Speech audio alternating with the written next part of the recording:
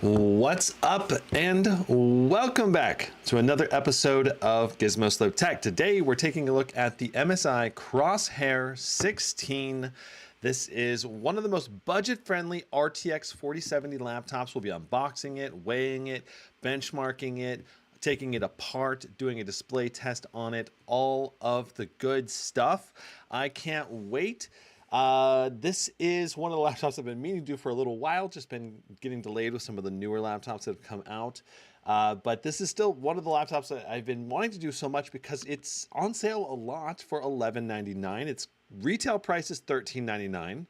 And obviously at $13.99, it's still decent because it's a 4070 for $13.99. But when it's on sale for $11.99, I think it could be a much more compelling purchase, of course. This should be a 140 watt RTX 4070. We got an i7 in here. Let's go ahead and take a look at the detail specs on this laptop. And we'll be doing comparison against all of the competition out there. So here is the where you can buy it. There's a link in the description down below. MSI Crosshair 16, 144 hertz refresh rate, Intel 13th gen i7. I think it's a 13620H processor.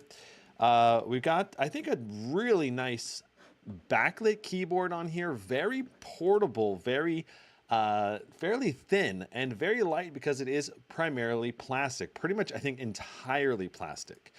But it still feels very rigid in the hand. I'm actually kind of impressed on how rigid it is. We'll go through all of that, of course, in today's testing.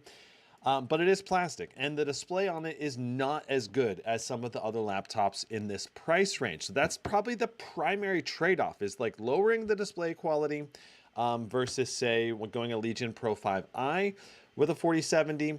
But the Legion Pro 5i with the 4070 pretty much never gets down to the $1,200 price point, even when it's on its best sale. The lowest I've seen the Pro 5i with the 4070 is like $1,330, I think, is the lowest. So maybe there'll be better sales in the future, but at $11.99, the Crosshair 16, I think, becomes potentially a compelling trade-off if you're not very picky about your display quality.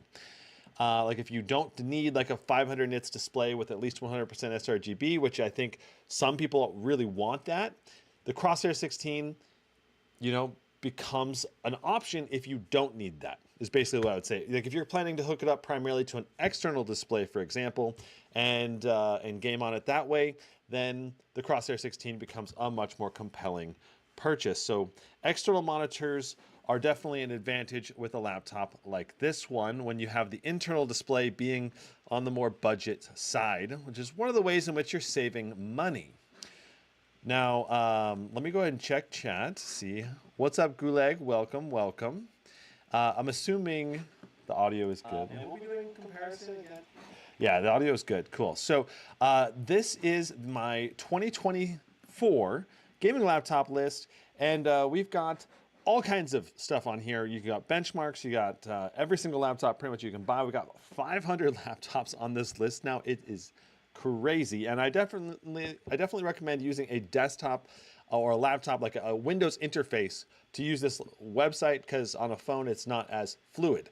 An iPhone's okay-ish, but really a desktop's where you want to be if you want to use this site.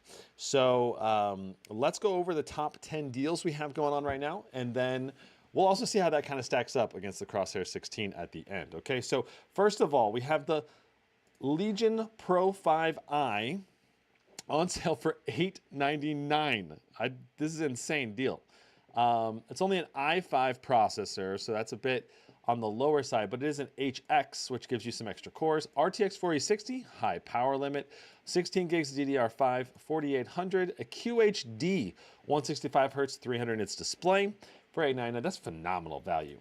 Absolutely insane. Acer Nitro 5, i7 12650H, RTX 4060, and a full HD 165 hertz, 16 gigs of DDR4, 3200, 512 gig SSD. $979, very good value as well with a 4060 in here. Aorus 7 i5 12500H RTX 4060, 360 hertz display, which is just awesome. And it's 340 nits. I really like this laptop from a budget esports gaming perspective. It's hard to beat. Legion Slim 5 OLED display, 2.8K OLED, 120 hertz, 400 nits with a Ryzen 7 7840HS, RTX 4060, 16 gigs DDR5, 6400. A really phenomenal value if you get this. Right now it's on sale from Best Buy. So definitely say this is a great laptop if you're after something that's super, super small and portable. Nitro 16, Ryzen 7 7840HS, RTX 4070, and this one currently is $1199. QHD 165 hertz 500 nits display at 100% sRGB. And honestly, if it was my money, I'd probably go with this Nitro 16 over the Crosshair 16 if they're both $1199. But normally the Nitro 16 is priced, I think, more like $1479 or maybe $1500. So it depends on which one's going to be a lower price at the time. Gigabyte Aorus 17H i7 13700H with a RTX 4080 Full HD 360 hertz display, $1699 for an RTX 4080 is phenomenal value. Definitely a laptop that I can recommend, though it's only, I think, 150 watt GPU power limit on this guy. It's still a lot of performance for your money. Acer Predator Helios 16 i9 13900HX RTX 4080 QHD 240 hertz, $1799. Another phenomenal value for your money, though again, not a full power 4080, only 165 watt, but still a lot of performance in this laptop at $1799. Then we have the Legion Pro 7i with the 4080 for $2049 or the 4090 for $2499. The value bang for your buck here is going to be the 4080, but if you want the extra juice, $420 may be worth it if you plan on keeping the laptop for a long time. And last but not least, we have the Zephyrus G14 with a 4080, $300 off. If you want a 14-inch that's super powerful, the Zephyrus G14 is phenomenal. And if I were to go a 14-inch laptop, I'd want a 4080 or 4090 in it. And right now, this is one of the first times I've seen the G14 4080 on sale. So $2199 for that guy is really great value. Okay, so went over that. And yeah, so Dexter says, I was searching all over the internet for reviews of the 2024 version of this laptop. So this is going to be the 2023 version of this laptop, but we can go over the differences between the 2023 and the 2024. Let me just go ahead and pull both of those up. So let's see here. So here is the 2023 version. You can see a picture of it here. That's what we're about to review. This is the 2024 version. Interesting visual changes. The touchpad looks noticeably improved on the 2024 version.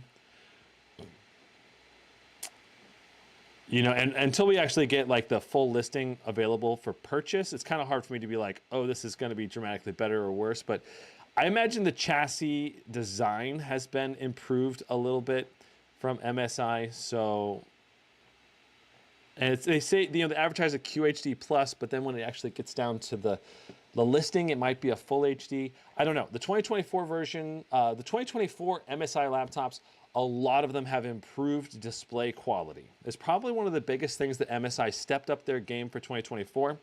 But the one we're looking at today, like I said, in this box right here next to me is the 2023 version. But I think the 2023 version will still be on sale as kind of like a budget-friendly alternative for an RTX 4070 laptop.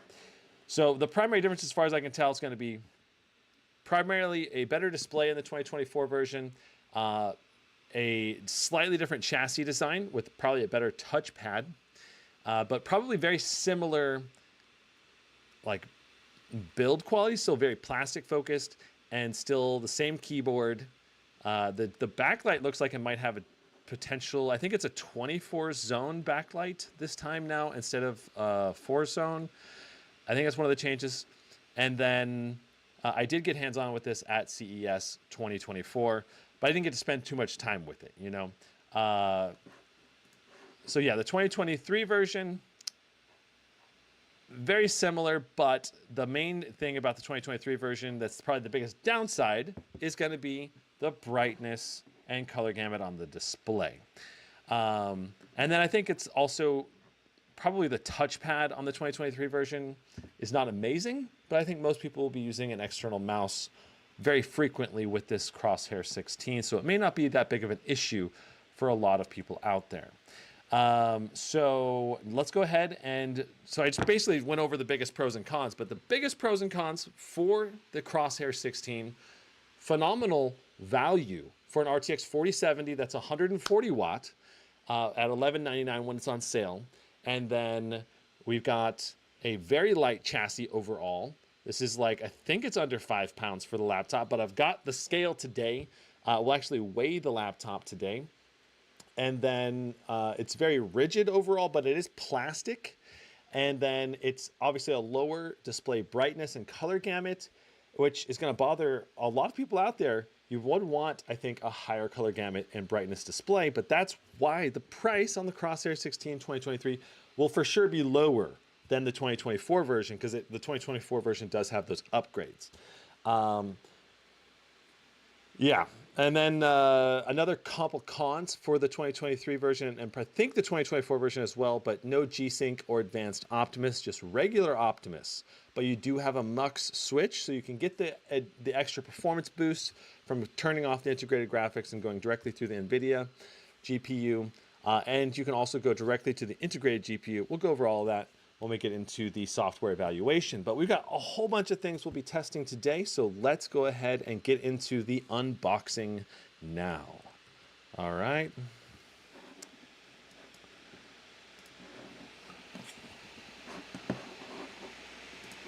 Sweet. So I'm refreshing this. Hut says, Brandon, have you seen the issue with the HP Oma 16 with 4060s having motherboard? I have not seen it, no. That's too bad though. That sucks. Gutsy says, how long do you think the Crosshair 16 battery will last for normal work? We'll see how many watt hours it is, but obviously optimized, it's gonna really depend on how you optimize the battery usage. Basically, on almost every gaming laptop out there, if you know how to optimize it, you can get dramatically more hours out of the battery life compared to someone who doesn't know how to optimize their battery. Because yeah, if the NVIDIA GPU is turning on because you didn't turn it off, that'll be a big deal. If you leave the brightness on maximum, that'll be a big deal. If you leave Wi-Fi and Bluetooth on when you don't need them, that'll be a big drain on the battery.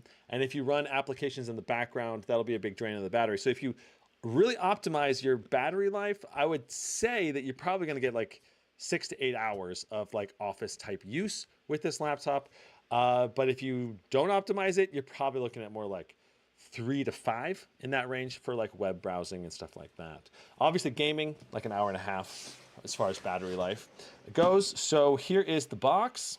We've got kind of a nice little external design from MSI. Voila. Let me zoom this out just a little bit. All right, so we got a little plastic sleeve cover here. There's the laptop there. It has a nice finish. It kind of looks metal, but I'm pretty sure this is still plastic. Is it metal? You know what?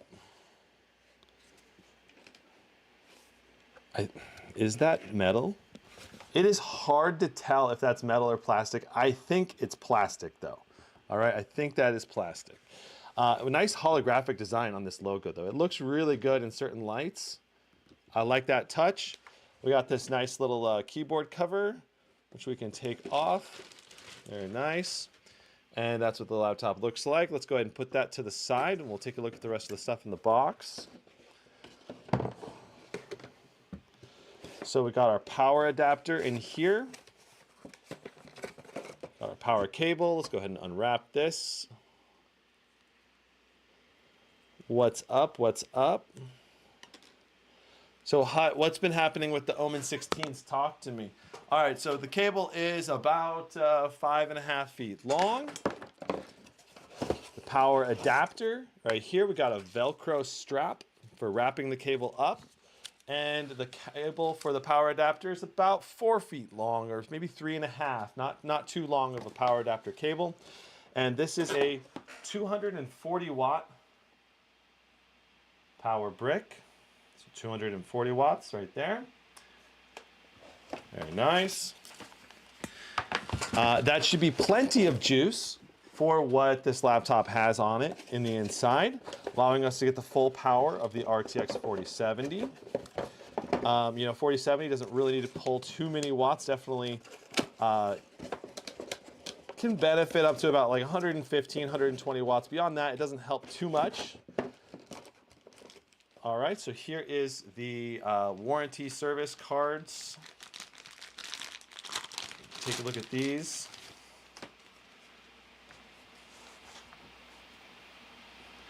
All right, we are here to help.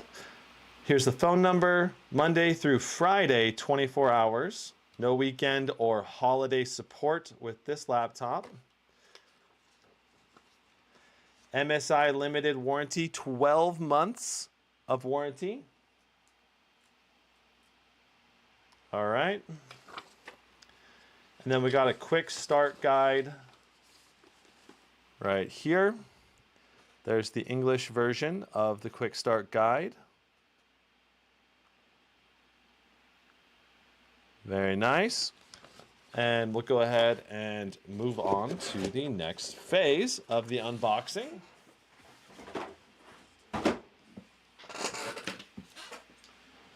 So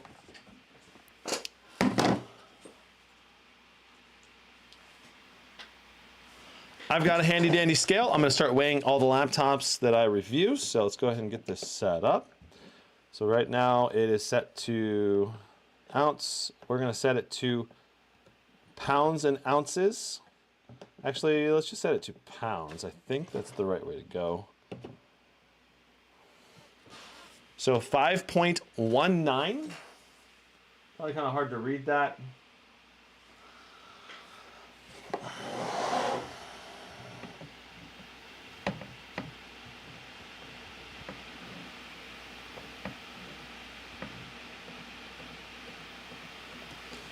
Basically 5.2 pounds.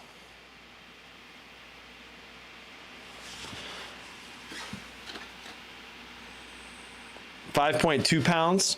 And then if we add the power brick and cables, see what that brings us up to. 6.6 pounds total. All right.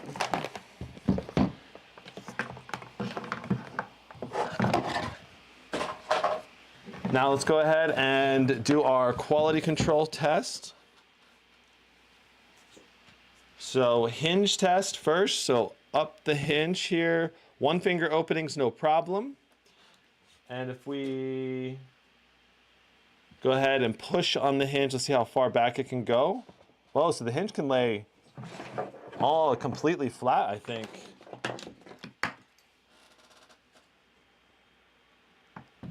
Basically completely flat, almost.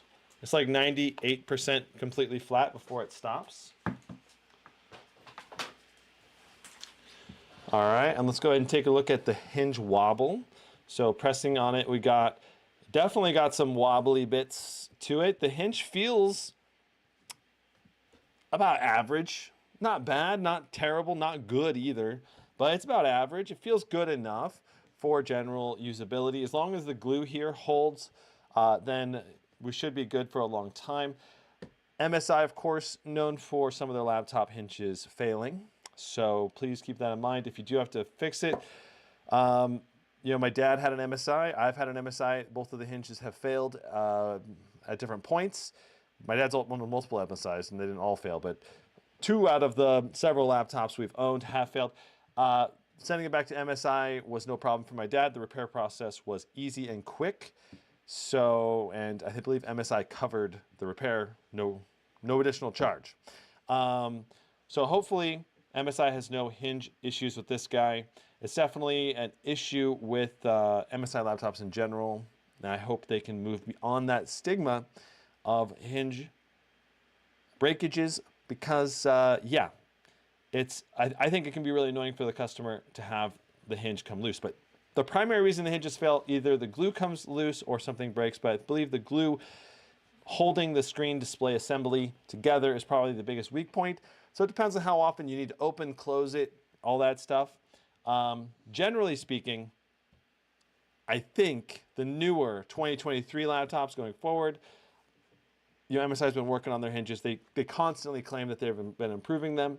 And so we'll just have to see how they hold up over the long course of time. Of course, I have seen all different brands fail with hinges. So not just MSI, I've seen Razer, Asus, and other brands also have hinge failures. It's just that I think it's a little bit more common on MSI laptops. So speaking of which, if you need to get warranty service with this, or you're concerned about the hinge at all, I would recommend getting the Best Buy extended warranty. If you do buy this through Best Buy, because they do have a good warranty, and that would get you covered with minimal hassle getting the repair done. Okay, let's go ahead and do our flex test going around the laptop. So front right, extremely firm, a little bit of flex, but still very firm, extremely firm, a bit of flex, but not hard, just barely, extremely firm, a little bit more flex here, a decent amount of flex right here, like a medium amount, which is pretty normal. You never really press at the top of the laptop. On the right side, extremely firm. Coming along this side, just a tiny bit of flex here, not much. Going over the keyboard, there's definitely some more flex in the middle here. And that might be a little bit noticeable, but when you're using a laptop, you mainly are pressing on the wrist rest here, and this just feels absolutely solid. So that feels really, really good. And since this is plastic, it won't also heat up as much as an all-metal laptop. So for gaming and using the laptop for extended periods, this is really nice for that purpose of just like comfortable wrist rest temperatures. Okay, so let's see here. Delton says, what laptop is that on the left side of the camera with RGB running over there? This is the Blade 18. This is a laptop I've been using for the last year and 3 or 4 months or so. Yep. Dalton says, how you been, Brandon? I've been good. I have been good. Okay, so time to remove the bottom and do an internal analysis. Let's go ahead and hop into that. So, ooh, kind of a cool design on the bottom. Got this nice little like hexagonal, elongated hexagons with some of them being cut out for ventilation. Let's see if I can show you that. Pretty cool looking on the bottom. Let's go ahead and get into removing this guy. So I've got a link in the description to this kit from Best Buy. Great little kit for taking laptops apart. Magnetic screwdriver head with all the heads that you usually need to open laptops, along with prying tools and everything. I think it costs like 20 bucks. 30 bucks at most, I think. I can't remember. I have to check again. But it's really good value, I think, because of everything that it comes with. But it looks like we just need a Phillips head screwdriver for this guy. A lot of screws on this guy. All right, so check it out. ND Epic says, what's the benefit of the 180-degree opening? Not much, but mainly if you just need to show, like say you're sitting across the table from someone, maybe you're at dinner or you're in a meeting or whatever, and someone's sitting across the table from you, you can easily show them like a picture or a spreadsheet or whatever without having to turn the laptop around. You can just like lay it flat and show the video or picture or whatever. So that I think is the #1 advantage to having the hinge open 100%. And having a hinge that's flexible can also be useful on like a laptop stand. Sometimes you might get a very vertical laptop stand where the laptop needs to be really open at a high degree of angle. It can be useful having an additional hinge coverage there. Or hinge flexibility, I guess, or whatever you want to call it. Okay, so almost got this screw.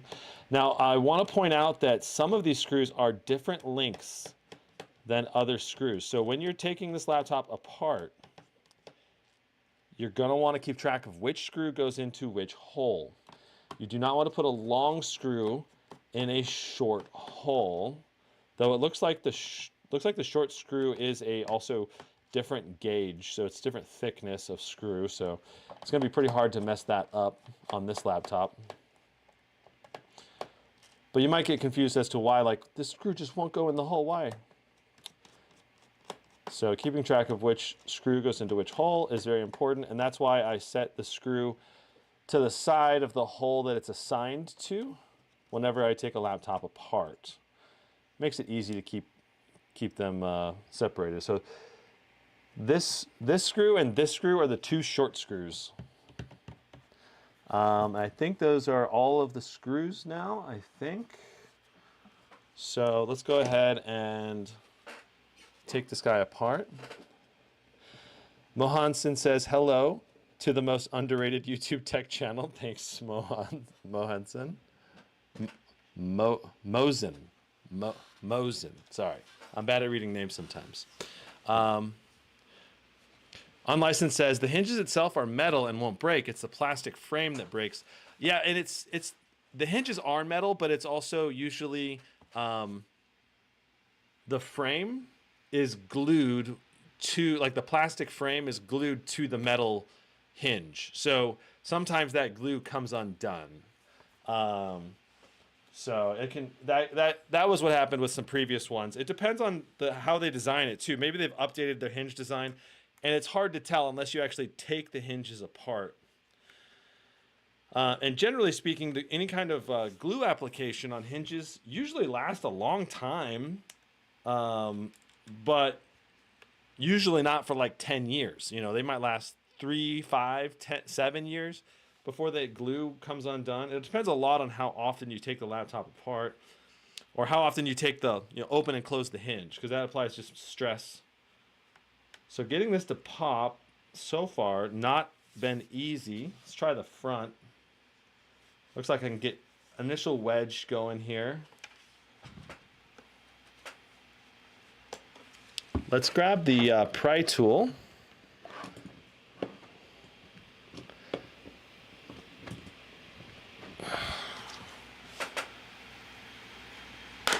There we go. This is going to work a little better for this laptop, I think.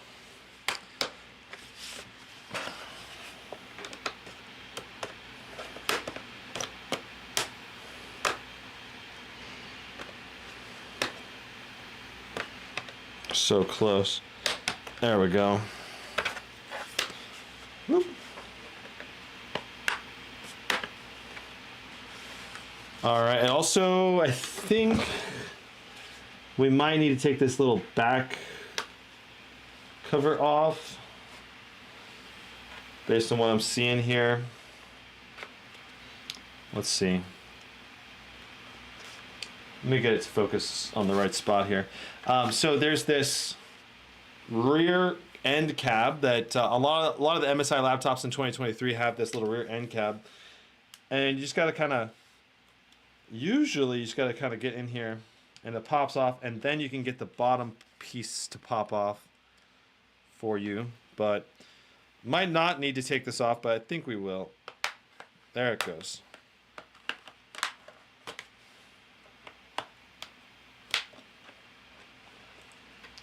Oh, actually, it just took the bottom off, no problem. So that's good. Okay. And now we got to keep going around.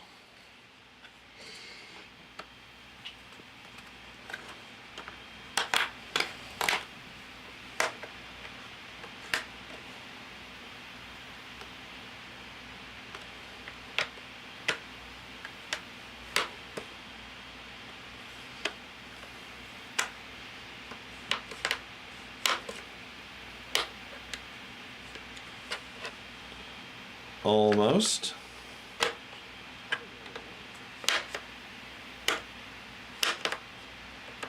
keeps kind of popping in and popping out. So I'm going to use this to kind of double wedge it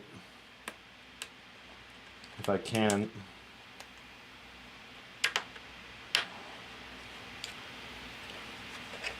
I don't know. Let's see here. I'm going to try to get everything else popped and then try to pop that again. Because these other things pop pretty easily, comparatively speaking. And then let's get the back. There we go. Very nice. Okay, everything is popped except this power adapter. Oh, there's still another screw in here. That's why it's not popping. Okay, makes sense. All right, so we got that screw right there. Oh, it was hiding behind this foot on the angle. I couldn't see that the screw was still there. Okay, so we got it loose now. Let's go ahead and set it back on the table.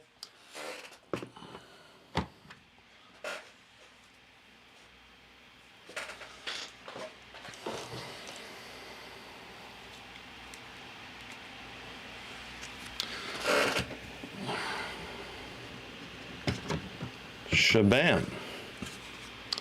Whoa, and this is interesting. This is heavy. This blue thing. That's like that is noticeably weighty. Like when I hold this, if I were to hold this in the middle, it would be like really tipping over to the side because this blue thing weighs a lot. I can feel it. It's like almost like a metal piece or something. That must help with the chassis rigidity. They must, you know, that's, I don't know, that's the bottom. Interesting choice. I don't know what the purpose of that is.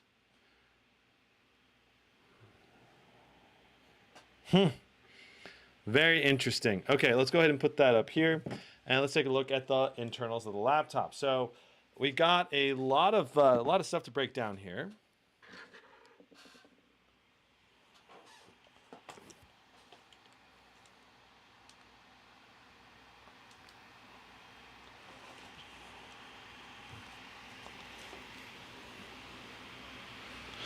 All right, so the watt-hour battery, ooh, okay, so this is only a 53 watt-hour battery. That's not very large. That is not very large. So battery life on this laptop may struggle a little bit. I don't know. Like I was estimating that we could get, you know, 6 to 8 hours so that it's really optimized. And maybe we still can if it's really optimized, but probably not with Wi-Fi or Bluetooth enabled because of that. So, you know, I'm thinking we're looking at probably more like 4 to 6 when it's really optimized, and more like 3 to 5 when we're not as optimized, or maybe 2 to 4 when it's like not as optimized, just web browsing. Okay, so speakers. This is a very small speaker, and we've got a second one right here. So we have 2 speakers, and they're both pretty dang small. I'm not expecting much on the speaker front. I see a second M.2 slot here that does not appear to be used. This does come up, but I don't see any screw to be able to mount an SSD here. There may be, let me check MSI's box. There may be a little tool or something here.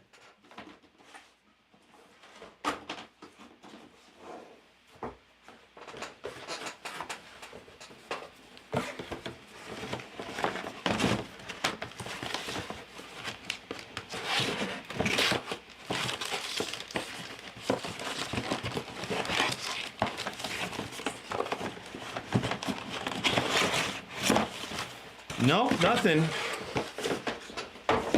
So I guess, I mean, maybe you can order something online to be able to use this M.2 for a second SSD, but I would assume that you just can't use it, at least certainly not out of the box.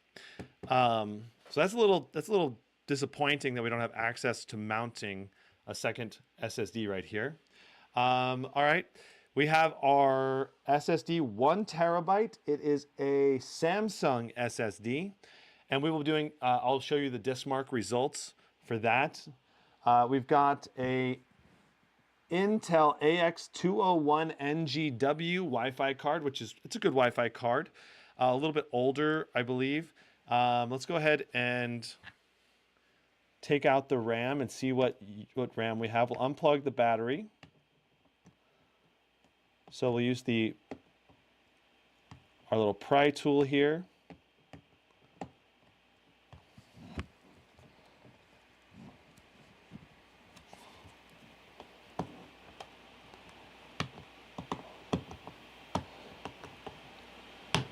Very important to use a plastic tool here. You don't want to damage the connector. Kind of just give the battery a bit of a tug while you're pulling on it with the tool here on the left and the right, and there it goes. All right, and let's go ahead and take a look at the RAM now. So looks like we have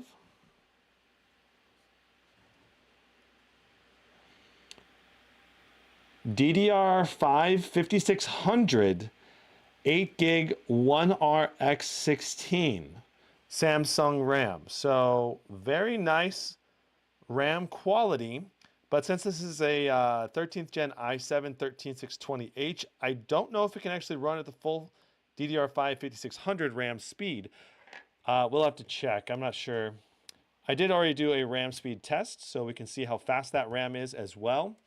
Let's go ahead and plug the battery back in. So for upgradability side of things, this laptop has Wi-Fi accessible. So if you want to upgrade to a higher end Wi-Fi card, you can do that. We also have accessibility to the M.2 and the RAM. So you want to upgrade to 32 gigs of RAM, you can do that. And I would recommend it if you're into some serious gaming. And then you obviously have your M.2 right here. I just really wish we had the second M.2 slot accessible. If I hear from MSI a way to get this to work, I will let you know. And then we have our SSD right here, 1 terabyte. That's upgradable very easily. And you could definitely use a double-sided SSD here. You would just need to get a different. I can see it's got a little bit of a cushion underneath the SSD here. You'll just need to get a thinner cushion if you want to use a double-sided SSD. I like a thinner heat pad. Okay, so looking at our cooling system, all right? So we're going to zoom in on the copper heat pipes here. Quite an extensive cooling system for an RTX 4070. We've got a VRM cooling heat pipe here that just intersects with these other heat pipes. So the idea of this one is that this heat pipe will gather heat from the VRMs for the GPU and the CPU, and it'll transfer the heat via these connections, and then that heat will go out to the fan fins. Now we have 3 fan exhausts here. We have a small fan on the left with a single exhaust. We have a large fan on the right with a dual exhaust. And it looks like all of the heat pipes are shared. So we've got 3 primary heat pipes here that go to both fans, but this shared heat pipe just goes to the right fan and the right exhaust. And actually that's technically the left side. So this laptop does not exhaust on your right hand at all. It'll be only exhausting out the left side and the rear of the laptop. Overall, I mean, this is quite good cooling for an RTX 4070 with an i7. So I'm anticipating a lot of power throughput, a lot of potential performance with this laptop. That's my impressions on the inside. Let's go ahead and put the laptop back together and see how we do when we actually test this sucker out. All right. So that's how you take it apart. That's how you upgrade it. And wow, like this thing weighs like a ½ pound. I'm telling you, like this blue thing weighs a lot. It's so interesting that MSI put it in here, because otherwise this laptop would be much lighter weight. So it's right here on the left side, right? Yeah. Right here, go right here. My question is, why did MSI put it in when it weighs so much? I don't understand that. All right. Cool. So let's back this up. And I'll go ahead and get it popped back together. Probably want to start at the rear.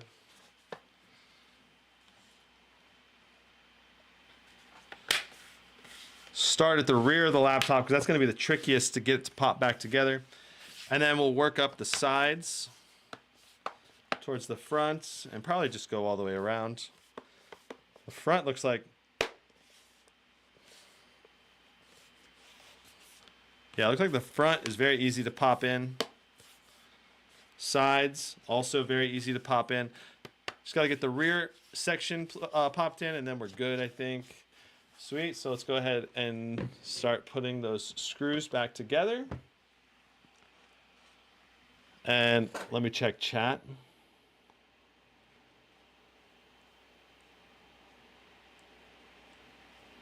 MSI, bruv, it's too light. Let's add some weights. I don't know. I don't know. Maybe it makes the laptop feel more balanced in your hand. Maybe it makes it feel more premium. But I'm telling you, that little blue thing is like solid metal. Like it feels, it definitely is a noticeable weight. Like it feels like the whole weight of the bottom cover and is just right in that blue thing, or like most of the weight is.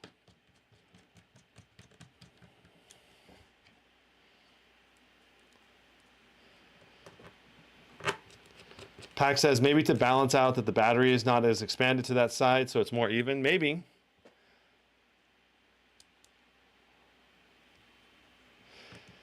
This looks a lot, Pack says, looks nearly the same inside like the MSI Katana 15 you reviewed a year ago. Yeah, very similar layout, but this laptop has a higher power limit than the Katana 15 did. This one goes up to 140 watts, so should be a little bit more powerful.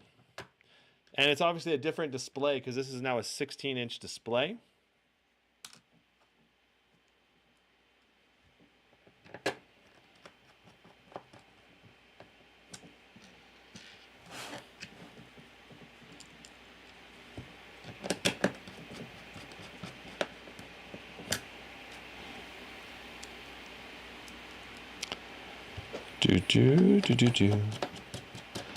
Have you ever broken the chassis while disassembling?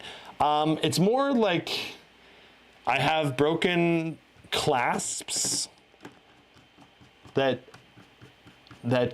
like basically like, you know, there's little clasp, little underhanging clasps. Sometimes if you put too much pressure on it, you'll just break it off. Yeah,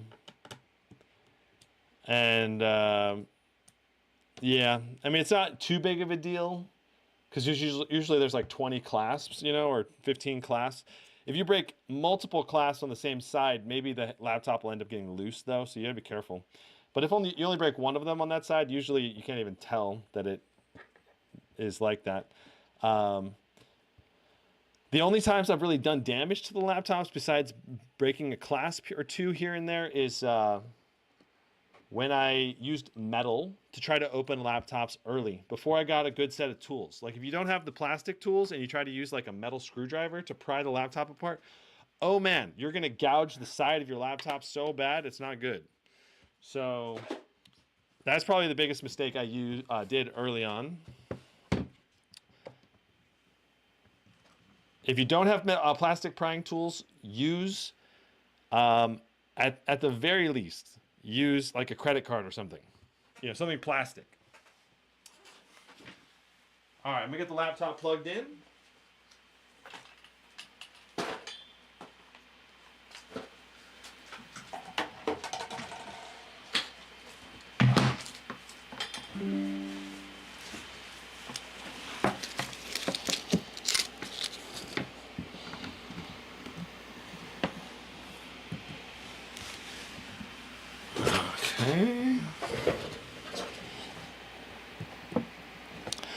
There we go.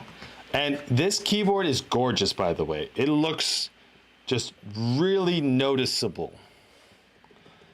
See if we can get into the BIOS right away. I'm pressing delete to try to go for the BIOS. There we go.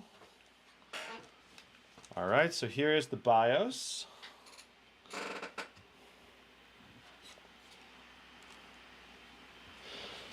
So we've done our unboxing, removed the bottom. We'll do the BIOS and then we'll review the ports. So this is the default BIOS without any additional unlock. It should be left Alt, right Control, Shift F2, which is correct. So we went into the advanced BIOS. So that's, I'll show it to you again, how to get into the advanced BIOS. Left Alt, right Control, right Shift, F2. This will switch you in and out of the advanced BIOS. That lets you see all of the detail surrounding the laptop. All right, so this is the detail information here. Beautiful. There's not going to be much in here to change because this is a i7H processor instead of HX, and that means that the customization that you can get from Intel is just not nearly as high. You might be able to change some power limits in here that you normally wouldn't be able to change. You might be able to enable like Intel XTU control, but probably not undervolting. There may be other ways to do like load line balance undervolting, but I'm not sure. I haven't tried to do that with this laptop, but just know there are a ton of options in here. If you need to do some more advanced stuff to get like an application to work, like disabling your E cores or P cores, you can probably do that. Overclocking features, we can try enabling this and we can see undervolt protection disabled. Interesting. We were able to do that, so maybe you can actually undervolt. I mean, it looks like we could undervolt right here. Look at that. So maybe you can undervolt this i7 13620H processor. Usually you need HX. Interesting. Very interesting.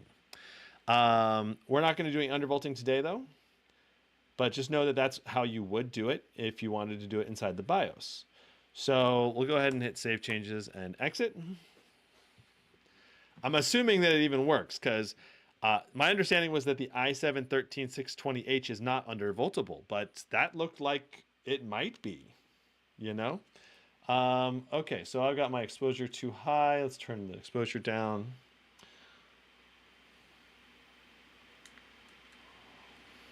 For now, I have to actively switch it around. So, so I don't know what the color gamut or display nits brightness is on this laptop, but it doesn't. It's definitely not super high. All right, that's what I know for sure.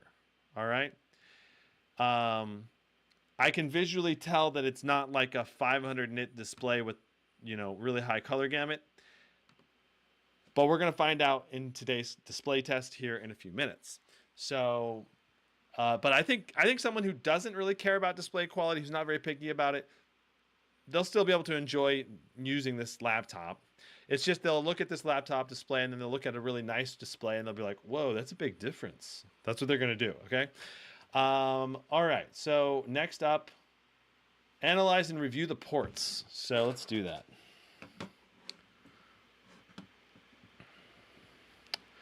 What's up, Aaron? What's your favorite brand? Currently, I'm using a Razer Blade 18, but I've got a lot. I like almost all the brands, pretty much. I go based on what laptop is really, really good, in my opinion. And I've switched between different brands a bunch of times. Okay.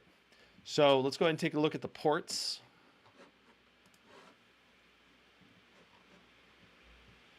All right, so according to Asus's website, this is the ports.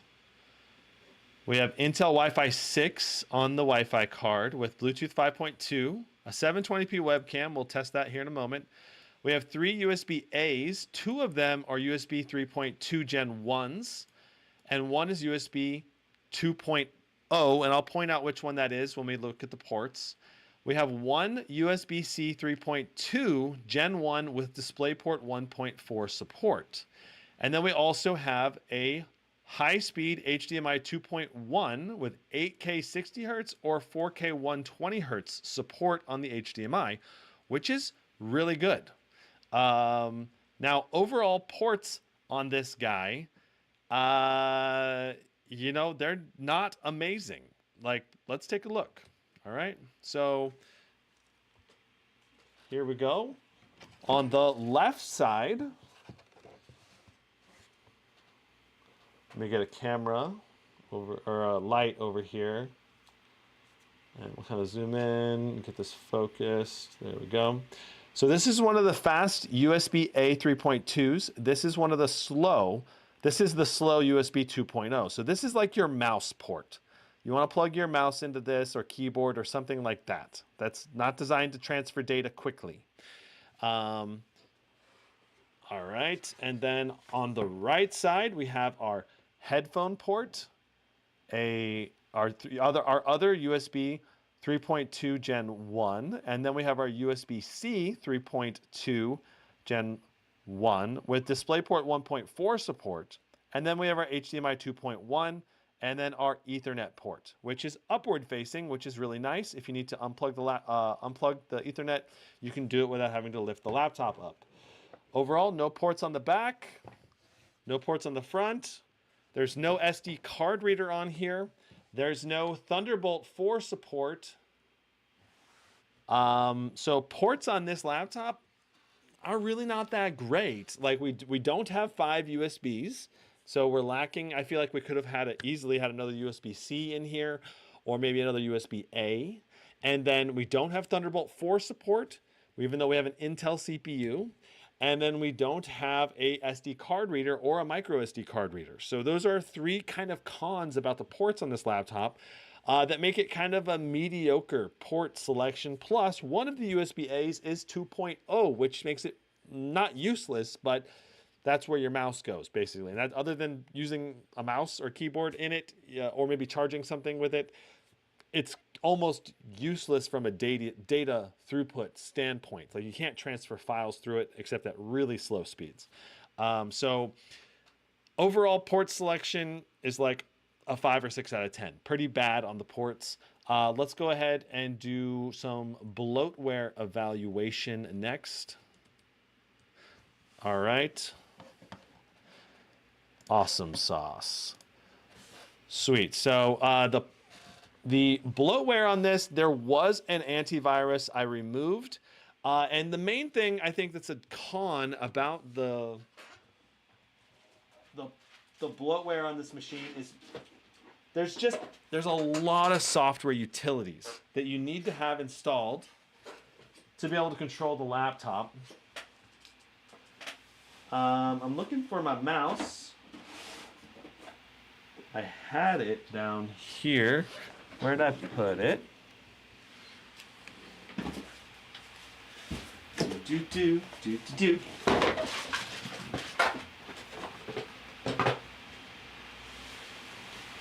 Huh? What? Where did it go?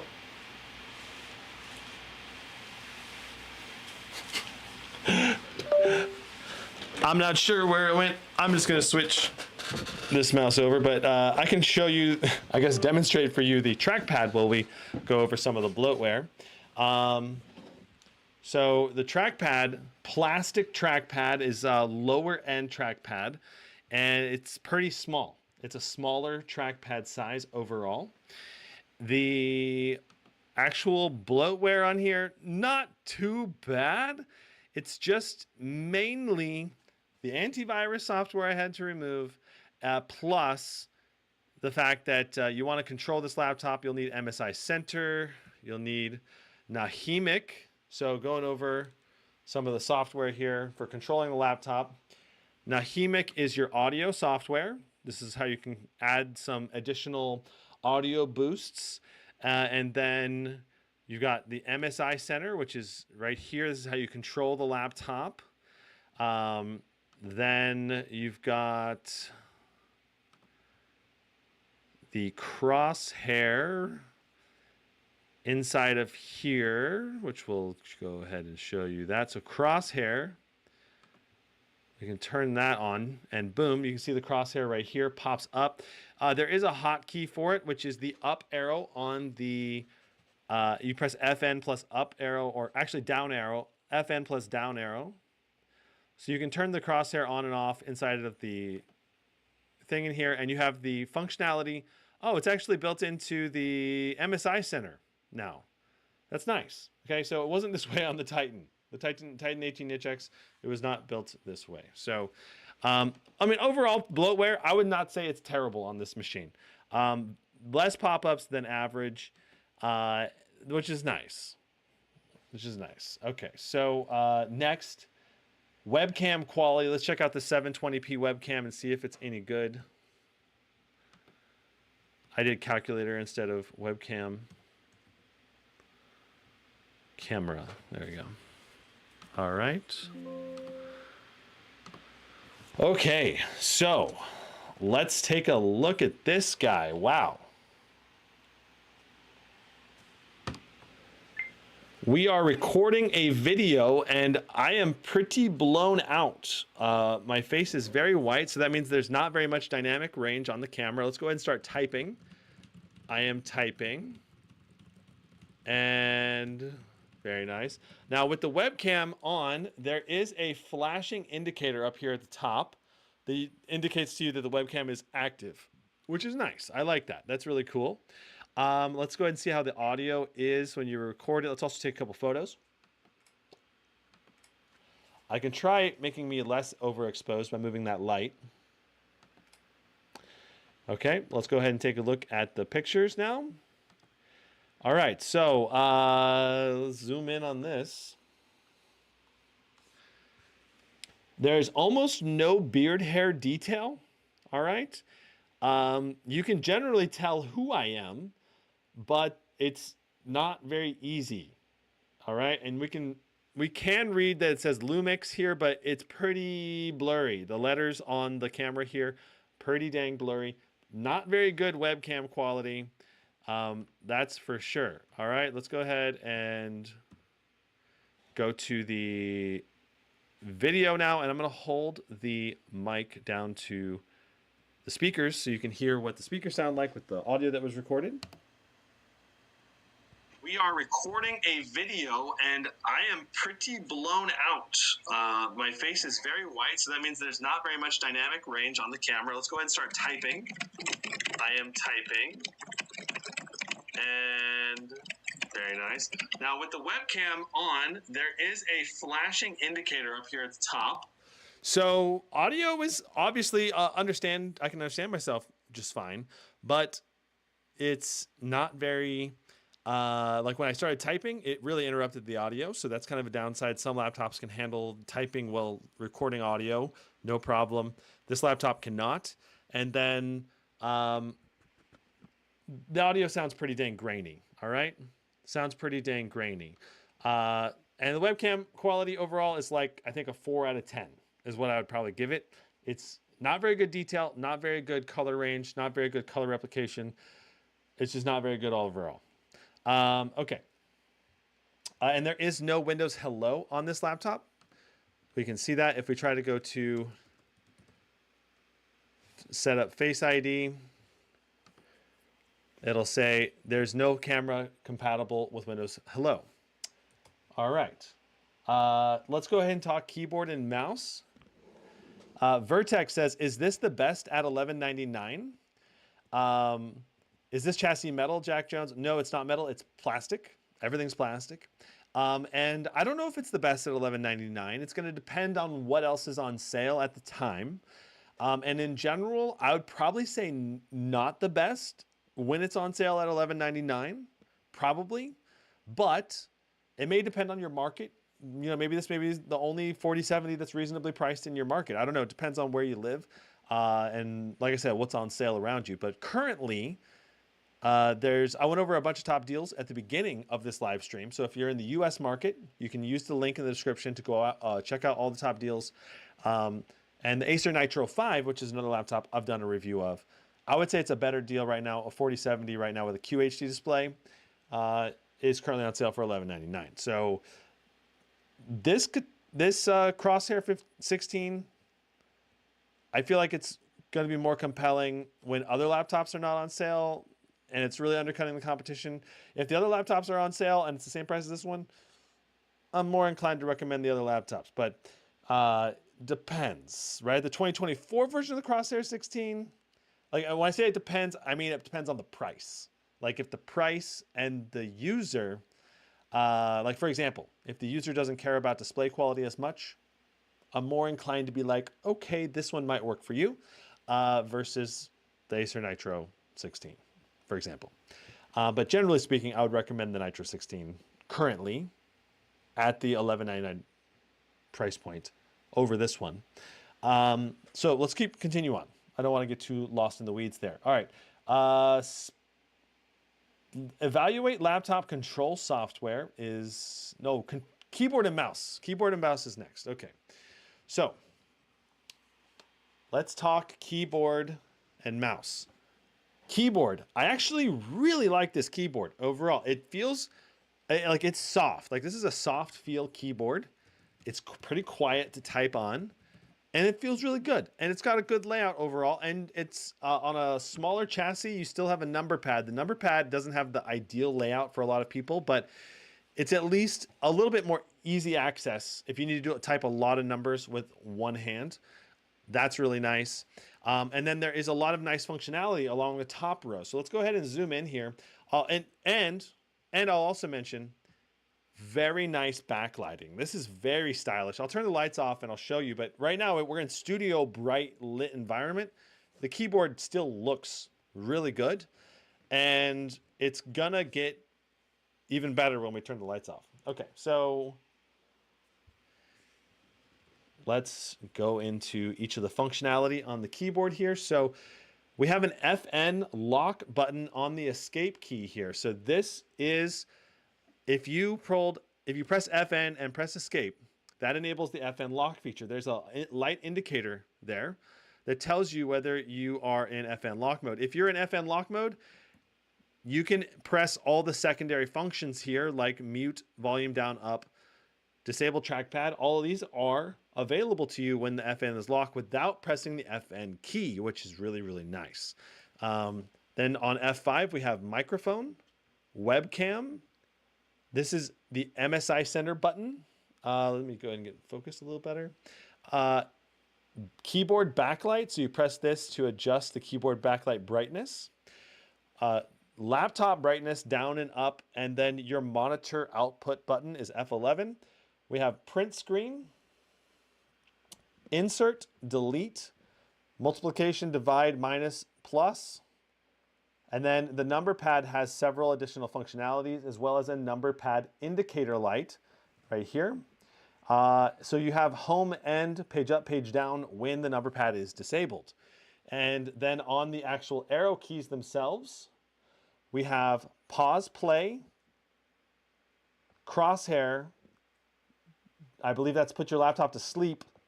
Maximum fans. So these buttons don't work unless you press FN plus the button. So FN plus down arrow will activate our crosshair. FN plus left arrow will do the pause, play. Let me get that focus better. There we go. So pause, play, crosshair, max fans, put the windows to sleep. Overall, the main issue with using the keyboard, I think, is just that the FN key is on the right side. And so if you're trying to press like FN plus volume, it requires two hands. And so usually the FN key is located over here by the Alt key, and the FN key on this one is located over here to the right. So it makes it difficult. It makes it easy to use FN plus the arrow keys, but just not FN plus the top row keys. And that's where I guess FN lock key is where it's going to come in handy. But then sometimes you need to press F2 or F4, like Alt F4, and then you have to press Alt plus FN plus F4 in order to, close the application if you want to use those shortcuts. So that's kind of the downside there.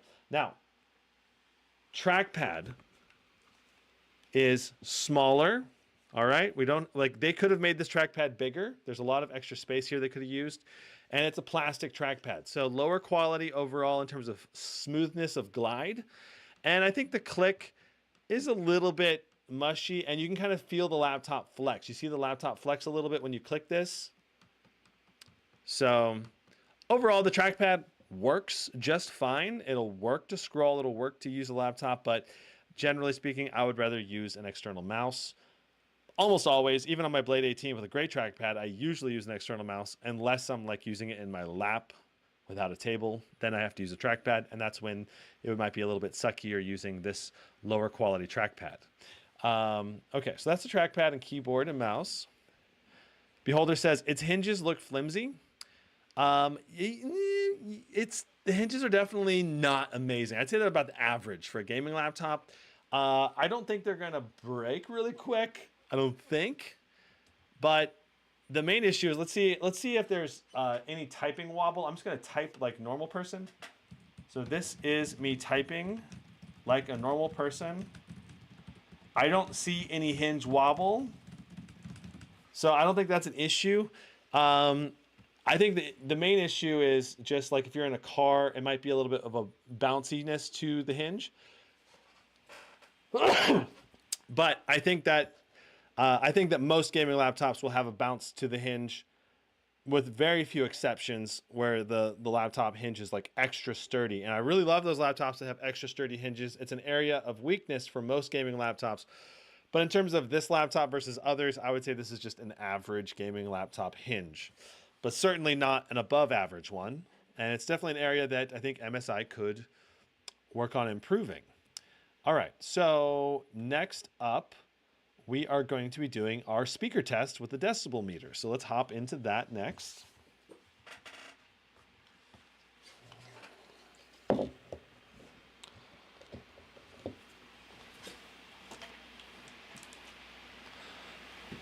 So I need to adjust the fan noise on my Blade 18 because I have it in high performance mode where it's a bit louder. So I'm gonna turn the fans down on the Blade 18. Very nice. That'll quiet down real quick. And we'll get our baseline decibels for the room. And let me go ahead and get the music prepped. All right, music. All right, so real quick, a reminder about the audio software. There is Nahimic, which we currently have voice, bass, and treble with the effects on volume at max on the laptop. And that's probably the way I would recommend using the laptop speakers.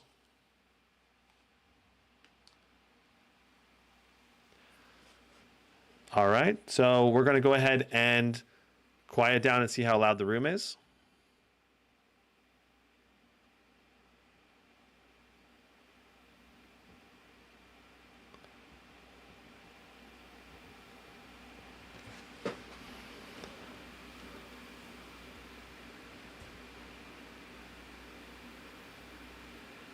.5-ish decibels on the room.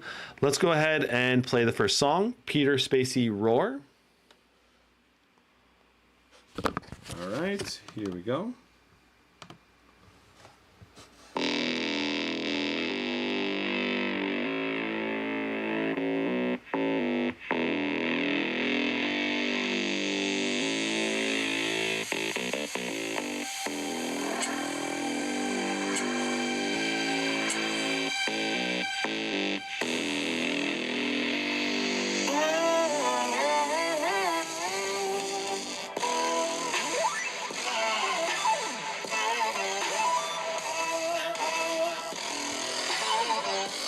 So speakers, not very loud, not very bassy, not super clear. We didn't even break 80 decibels, I don't think. It was very close, but it was like high 70s. Usually we're breaking into the 85 decibel range, even on the more budgety speakers. So let's go Faded Eye on Half-Life. Here we go.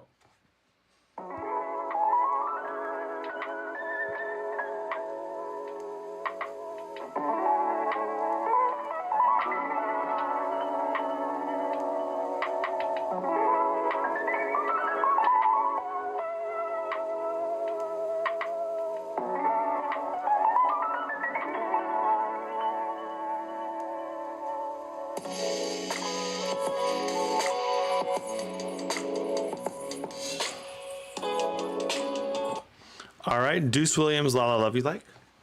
I love you like la la la la la la la la la. I love you like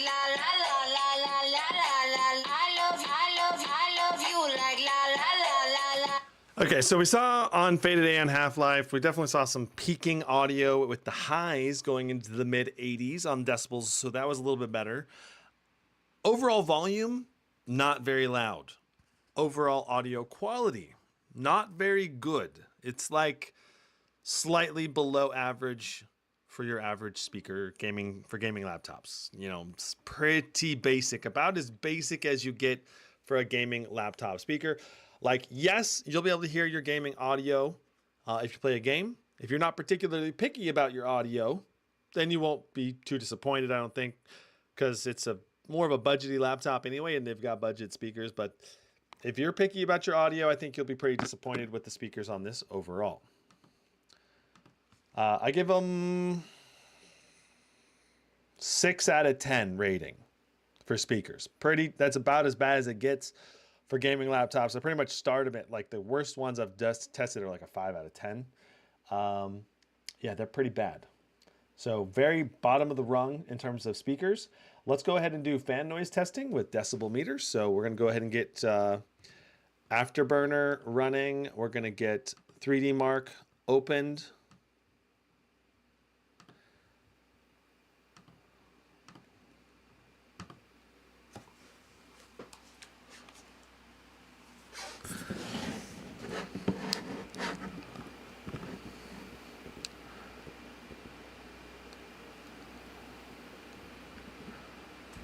No one zone in mini LED Blade laptop is disappointing to me. Interesting. Yeah, that's interesting. Omar says, I would buy this in 2019. Yeah, I think a lot of people would buy this in 2019. That's true. Omar says the whole laptop looks flimsy. MSI should redesign all their laptops, in my opinion. I mean, the laptop's definitely not flimsy. It feels very sturdy. I gave it a flex test and I pushed on it really hard. I'd say more sturdy than even some of the metal laptops, like the HP Omen 14 Transcend. That's all metal.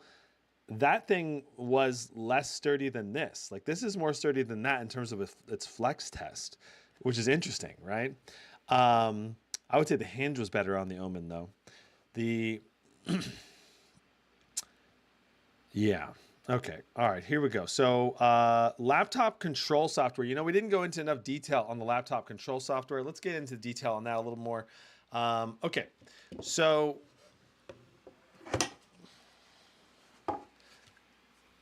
this is MSI Center. All right. Inside of MSI Center, you can see your laptop's stats if you want. Not very detailed view of them, but you can see some in here. You want to go to user, so click features and click user scenario. And here's where you can change your different performance modes, as well as utilize your mux switch to switch between dedicated GPU mode, hybrid mode, and integrated graphics mode. The integrated graphics mode is definitely the mode you want to use if you want to maximize your battery life with this laptop. This will disable the NVIDIA GPU. Switching between these modes requires a restart. The extreme performance mode ups the power limits on everything to the maximum. All right, and I was messing with the different overclocks. We'll go back to 100/50 overclock, which I think is the default MSI uses. So there is, for fan speed, you can do auto, cooler booster, which maximizes your fan speed, and then advanced. Here's where you can do your custom fan profile curves if you want to do your own for adjusting like how loud the fans get based on the temperature of the CPU and GPU. It's up to you. Like, if it was my laptop, I would probably do my own custom fan curve, or maybe leave it on auto if auto works really well. So we're going to start our test today with extreme performance and cooler booster mode enabled. In terms of additional settings, inside of features here, you've got general settings, and inside of here, you can disable Windows key. You can switch the FN key and the Windows key if you don't like reaching across the keyboard, which is nice. You have the secondary thing where you can switch your hybrid mode, discrete and integrated. It's the same thing as on the user scenario. enabling and disable the crosshair. There is HDR button here, but I don't believe it'll actually do anything on this laptop. I don't think. Maybe it will. I don't know. Does this actually have HDR mode? Let's see.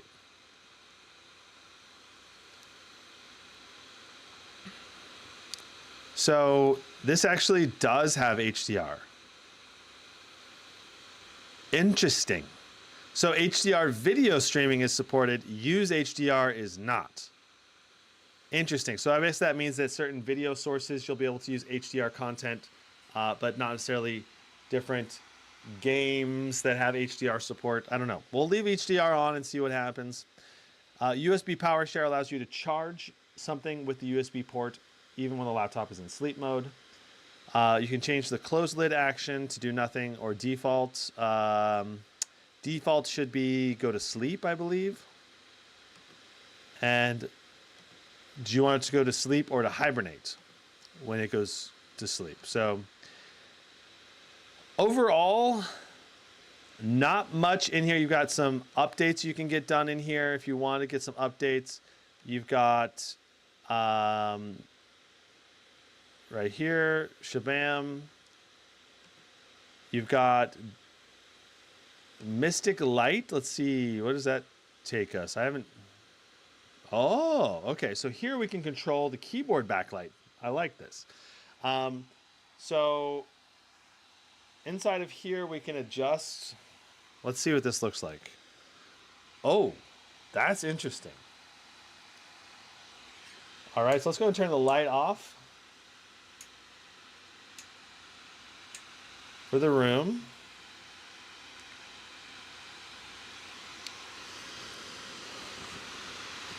And we'll kind of focus down here.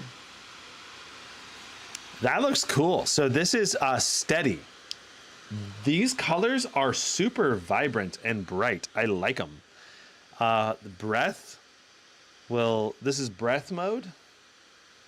This is color cycle. This is wave. I really like wave. I think wave looks really good on this laptop. You can customize the 4 zones. So right here we can set up 3 custom profiles. So under profile 1, we can select which one we want. Profile 2, we can select which one we want. Right now they're all on wave. But if we wanted it to be custom, we could be like, change it to switch between different, like right now it's set to 4 zone breath. We could do steady, steady, steady, color cycle. I don't know. And, or we could do color cycle on 2 of them. You know, you can change it. You can mix and match here, right? We could change the color to be a different color here.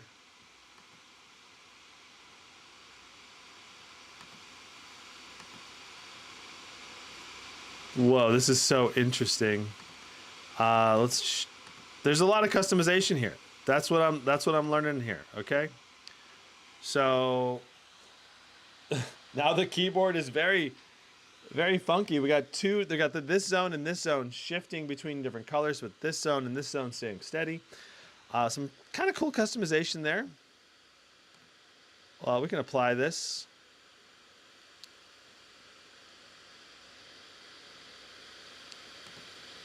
I mean, that's the coolest steady mode. That's some nice color switch. We got red, pink, blue, light blue, green, yellow, orange, and red again. Like, that's a lot of colors for only a 4-zone keyboard. I like it. Yeah, so that's pretty cool. There's a lot of different functionality for the keyboard backlight. I like it.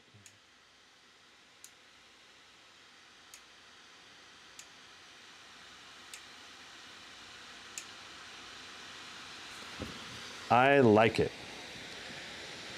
Okay, Mark says, I wonder how good the cooling is. Well, we're about to find out. I just wanted to go over the software a little bit more. All right, so we got TimeSpy pulled up here. Let's go ahead and load into TimeSpy and a custom run. We're gonna loop it, run it consistently. All right, and we'll zoom in a little here. Beautiful. Oh, you know what? We got to scoot this back a little bit. And we're going to have to grab our sound decibel meter here.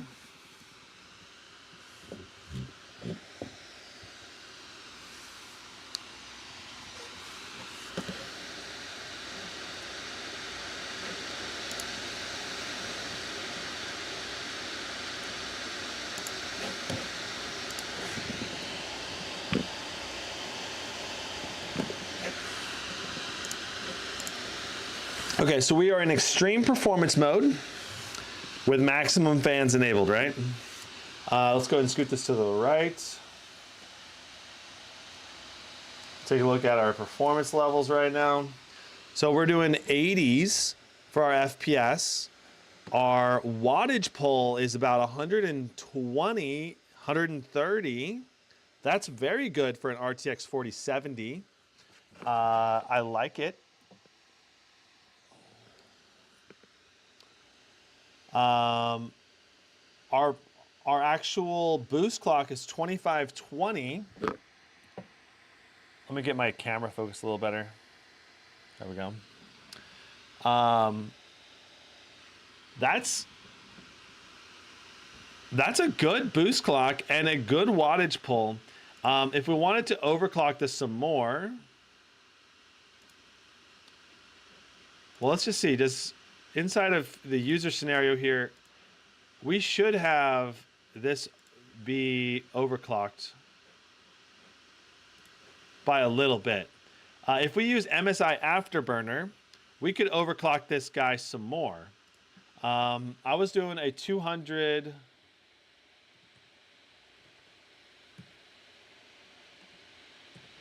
overclock,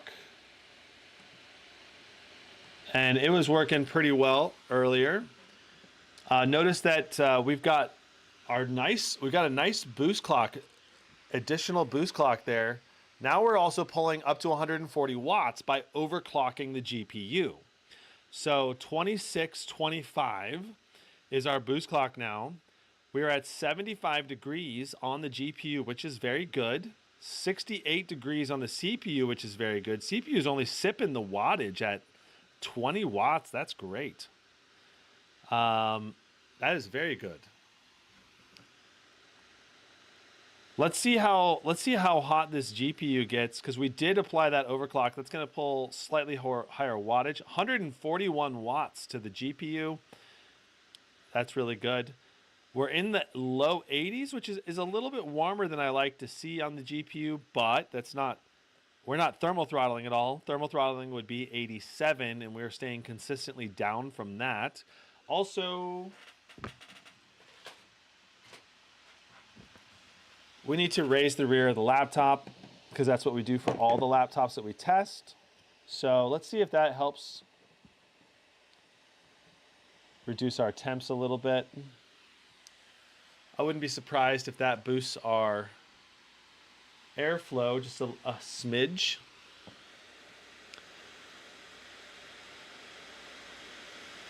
Okay, so we're in the 70s now. We came down a few degrees. 80s now. Okay. Overall, the wattage and the temp is really good for an overclocked RTX 4070. It's not amazing, but I mean, for a more budgety friendly laptop, it's still quite good. Okay, so let me just set the overclock back to 100 and 50, because that's how we're going to actually test this laptop. And notice what that does to our wattage. I don't think we're going to be pulling 140 watts as often. Now we're in the 120s. I Far Away with $5 super chat. Thank you so much. 5th super on a live stream. Thank you so much. Trying to decide between the G16 4090 and the Legion Pro 7i 4090. G16 is $32.99. The Pro 7i is $24.99. Which one would you recommend? Primary is gaming and video editing. So, video editing would make me want to lean a little more towards the G16, but it depends on how heavy duty you're going to be like and how much portability. If you want to go more portability focused, go with the Zephyrus G16. You want to throw that thing in a backpack and haul it around all day, go G16. If you want to go some portable, go with the G16. You want something more powerful, the Legion Pro 7i will be consistently more powerful. Because it'll have a much higher power throughput to the CPU and a lot more cores on the Pro 7i. For me, I don't pack it around enough. I would go Pro 7i if it was my money, but I don't pack it every day. If I was packing it every day, I'd probably go G16 if I was moving it every single day. So it depends. It depends. I know if you don't mind packing a larger laptop, go with the Pro 7i. The Pro 7i for 2024, I have not tested it. It does have better color gamut on the display, according to Lenovo. Obviously, the OLED panel on the G16 would be better, I think, for video editing in general, because it's really, really nice. So, I mean, if your focus is on color accuracy, the G16 is probably a little better choice in that sense. Okay, let's see how loud this laptop is on Max Fans. Thank you so much for the super chat, though.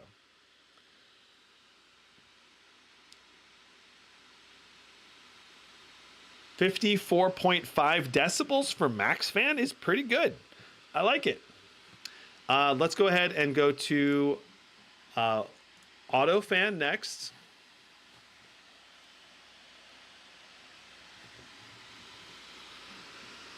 So inside of here, we're going to go to our fan speed. We're going to go to Auto Fan. We'll hit save. And now we'll see how loud this gets. With Auto Fans enabled, it's going to get probably a bit warmer as the fan speed picks up. Because it is pulling high wattage to the GPU consistently here. What about burning an OLED? Can you talk a little bit about it? I have talked about it quite a bit in the Zephyrus G16 review, but if you're cognizant of it and you run a screensaver and you don't have the start bar menu constantly running and you don't keep the same thing on your display and you have your display time out after, say, 5 minutes of being away, that's when I think OLED probably will not have screen burn-in issues very often. But if you're the kind of person that wants to be able to just leave the screen on for a long time and you want to keep your laptop for many years, I think OLED is a bigger risk, is the way I would describe it. If you're not willing to do those things, then don't get an OLED. Okay, so 140 watts. We were pulling 140 watts pretty consistently there. 2505 for our auto boost clock. Our GPU temperature has not thermal throttled at all so far. 83 degrees is pretty dang good. 87 for a second there. So the thing with auto fans in general is going to be, I'm not sure if we thermal throttled at all there. Keep an eye on this right here. This will tell us if we thermal throttle at all. Power and voltage. Power. So as long as we see power or voltage here, then we're not thermal throttling. If it switches to thermal, then it means that we're thermal throttling. We're getting close to thermal throttling, and we might be thermal throttling. When it switches to power, it might be saying it's thermal throttling, because I'm seeing some kind of drop-offs in the clock speed a little bit here and there. So that's from, we're not running the fans at maximum anymore, but auto fans is really picking up. And so the temp's also coming down, or it has come down a little bit at least. Rather than 86, it's in the low 80s. So these temps are not excellent on the GPU. The temps on the CPU are excellent. GPU temps are just okay. is the way I would say. Low 80s is just okay. The main issue with temperatures this high in mid 80s, because 87 degrees on the GPU is when it starts thermal throttling. 87 degrees on the GPU. If we're doing, let's say, 83 in my air-conditioned room here, and then you go take it to some warm environment, then you might thermal throttle your GPU. All right, that's the thing. So if you're in a hot environment, hotter than 73, 74 degrees, then you're likely going to be thermal throttling the GPU, and that's not great. All right. iFarAway says, I have a 2070 Max Q. Will a 4090 be a worthy upgrade? Oh, that would be a huge upgrade. A 2070 Max Q to a 4090 would be like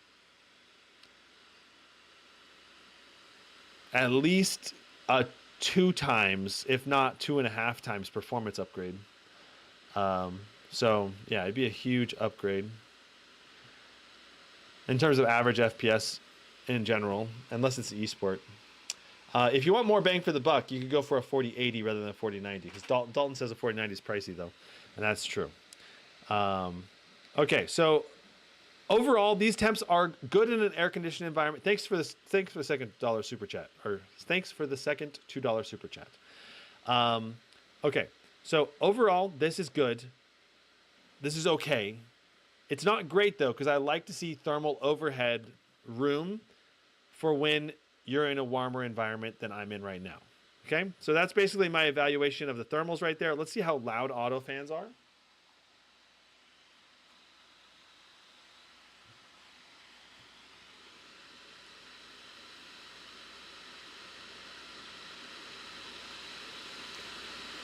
Auto fans just being about a half decibel quieter, not much of a difference there. Let's go to balanced mode.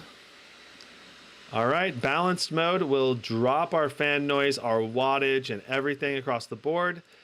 And balanced mode is maybe the right way to go in this laptop, because a 4070 doesn't really need more than about 90 to 100 watts to really get most of its performance. I mean, look at our boost clock dropped pretty significantly. That's interesting. Looks like the camera's tilted a little bit. Let me fix that. There we go. Wow. Okay, so the boost clock here, we're doing 90 watts, 89, 2070 for our boost clock, when we were doing 2500 for our boost clock. So that dropped our overclock. We dropped our overclock off. So that's probably part of why our boost clock went down. We could add an overclock in here, and it'd probably be like 2100, 2200 maybe. But notice our temps on the GPU, 74, 73 degrees. That's good. That's very good. That's much better. I like that wiggle room a lot better. But our performance is noticeably going to be worse here. Our fan noise also much quieter. Much quieter fan noise. CPU, very interesting. In balanced mode, the power shifted from the GPU going up to 140 watts in extreme performance, with the CPU sipping wattage at around 20, 25 watts. Now the CPU is demanding 40 watts, 43 watts. That's a pretty big difference.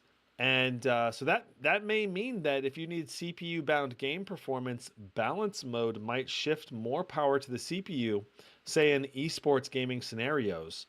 And you might actually get more FPS in balanced mode in some situations, but that's going to be probably pretty rare. 80 degrees on the GPU now, 95 watts, 30 watts on the CPU, 81 watts. So a pretty balanced back and forth here. Give and take between the CPU and GPU to keep the fans quieter. I'm sure these fans would ramp up as well. I saw the 90s for a second there, 95. Overall, pretty good balance of audio and performance, but temperatures are on the warmer side for an air-conditioned room. So if you're in a non-air-conditioned room that's hot, you're probably going to be thermal throttling pretty often. All right, so let's go ahead and back out and see how loud we are now.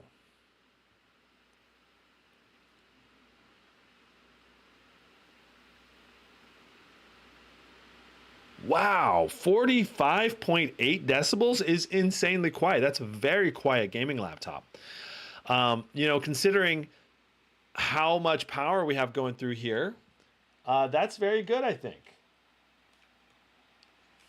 You know, so 45 decibels, and we were doing 41.8 as our baseline decibel. That's only adding about 4 decibels to our overall space. And the performance is going to be still like playable in almost all the games, at least at this resolution. Last but not least, we're going to do silent mode. So silent should drop our fans and our performance even more. Whoa, so silent mode really tanking the performance down to very low performance. Only 12 FPS right now. I feel like silent mode may be unusable on this laptop, unfortunately. We are looking at a slideshow almost.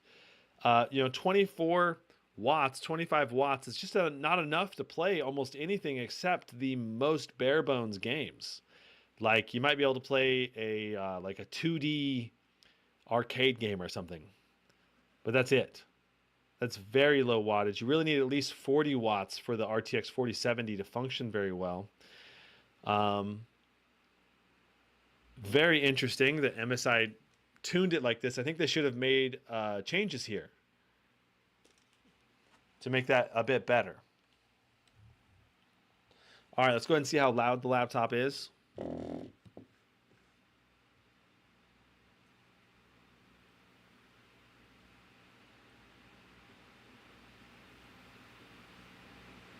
$42.7.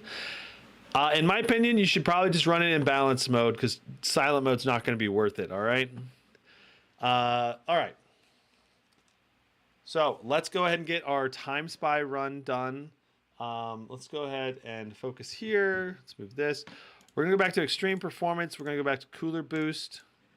So that's going to be max fans turned on. Cooler boost. There we go. I don't know. Didn't save for some reason. Clicked on the wrong one. There we go.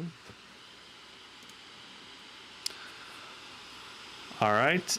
So the thing to keep in mind is our current overclock is 100/50, okay?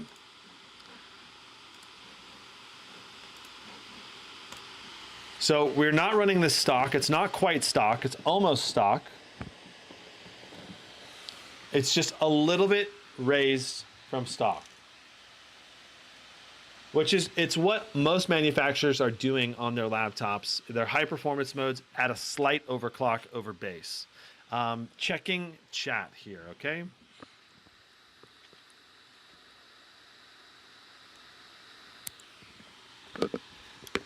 Adam wants to know, what is the desktop equivalent of a laptop 4090 GPU? It's like a 4070 Ti desktop. Pretty close to that, at least, maybe a little bit under that.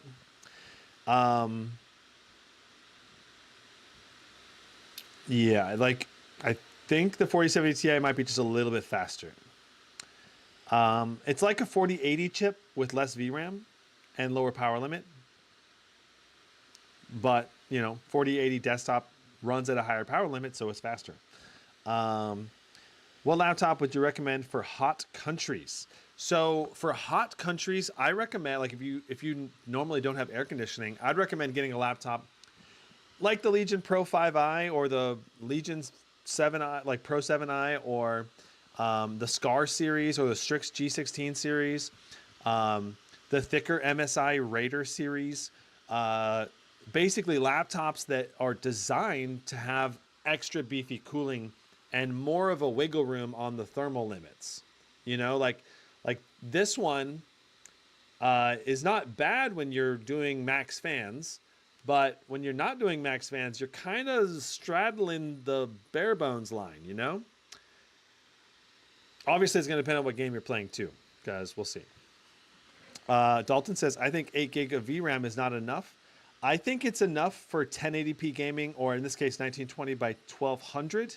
But if you go to QHD or 4K, 8 gig of VRAM is really struggles. we'll see today if we run into any VRAM issues with the 4070. I do wish we had 10 or 12 gigs of VRAM though on a 4070. It'd be much better. Jack Jones says, NVIDIA RTX 5000 series is coming next year. This will impact the RTX 4090 price. I'm waiting to get one. Well, we don't know when it might be coming out because maybe NVIDIA will come out with the 4090 Ti next year. You know, or the 4090 Super, or whatever they're going to call it for laptops. We don't know. They didn't come out with the 5000 series this year. So, which I was expecting they would come out with at least the 4090 Ti version this year so we could get 5000 series next year. Honestly, as a reviewer, I don't know what NVIDIA is doing. I think NVIDIA said, hey, we can milk this cash cow some more. So why do we have to rush out next GPU model at all? And so if they've got the best GPU, which they do by far, I think NVIDIA is not feeling pressured to release the next gen GPUs because they'd rather keep it withheld for as long as possible. You know, just to make more money off of the consumers in the long run. I'm sure NVIDIA already has the technology to drop the next series. They just, you know, why would they when they can hold off and just keep selling the ones they've got because they're still the best. Adam says, how much better could a 5090M be compared to a 4090M? It's really impossible to say, but the 4090 versus the RTX, like the 4090 is the best GPU this year. The 3080 was the best GPU last year. And it was about a 50%, 45 to 50% performance jump gen on gen, which is huge. It's a huge jump in performance from last gen to this gen. And that's not including frame gen. If you count frame gen, it might be over 100% jump in performance, including frame gen. But now we have FSR 3 as well, so frame gen isn't as monopolizing, I guess, on the 4000 series as it was at launch. Though FSR 3 still has minimal game support. Okay, let's see what we get for our 100/50 overclock. Wow, 13,023 for that basic overclock is really good. For our CPU score, 11,900 is still very respectable for an i7. So overall, that's pretty dang good. I did do a more extensive test where I did a 200/200 time spy. I'll go ahead and show you that now. So if I can turn off the overlay for a minute. All right, so there is the 200/200 overclock, 13,400, which is very good for an RTX 4070. Excellent job, MSI Crosshair, at least in terms of raw power performance. Let me go ahead and show you the battery mode version. Battery only 4,580. So not great battery performance, but that's enough to do some gaming, like older games or 60 FPS in some newer games on low settings. You know, there's some gaming you can do here on battery only mode. All right. And let's go ahead and do our Cinebench R23. Next. Okay, Cinebench R23. HW info. And let's get process lasso going.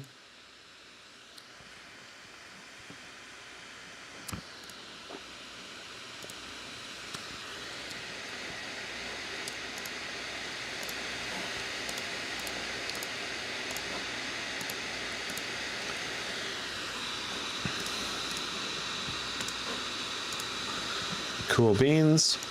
All right, so here is Cinebench R23. Let's go ahead and see how we do. And we'll pull up HW info here in a moment. We'll let this run through all the way. Baka says, I also believe the 5000 series is going to be the same node as 4000 series. So you think there'll be Ada, built on the Ada architecture? I don't know. We'll see. I don't know. That's really hard to know. Origin says, I thought 4000 series couldn't go above 115 watts. I saw 134. No, the 4000 series can go above 115 watts on a 4070, but the performance gains above 115 watts are very minimal. Like you can get close to the max boost clock around the 115 watts mark. The interesting thing I saw with this one is when we overclocked the 4070 with the 200/200 overclock, we saw the wattage pull more consistently higher, closer to the 140 mark. So I think it's a strong indicator that when you overclock, you can get more performance on a 4070 with the additional wattage. Okay, so 16,321 is very good for Cinebench R23 at this $11.90. If you can get this for $11.99 price point, that's pretty good. It's not the best. You can get better, but that's still very good. I also, let's go ahead and pull up HW info and let's see what kind of wattage we're pulling through here. Let's see here. I thought I opened it.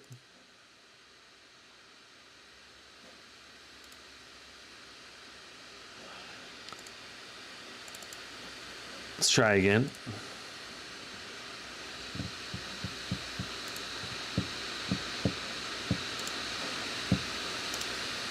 Interesting.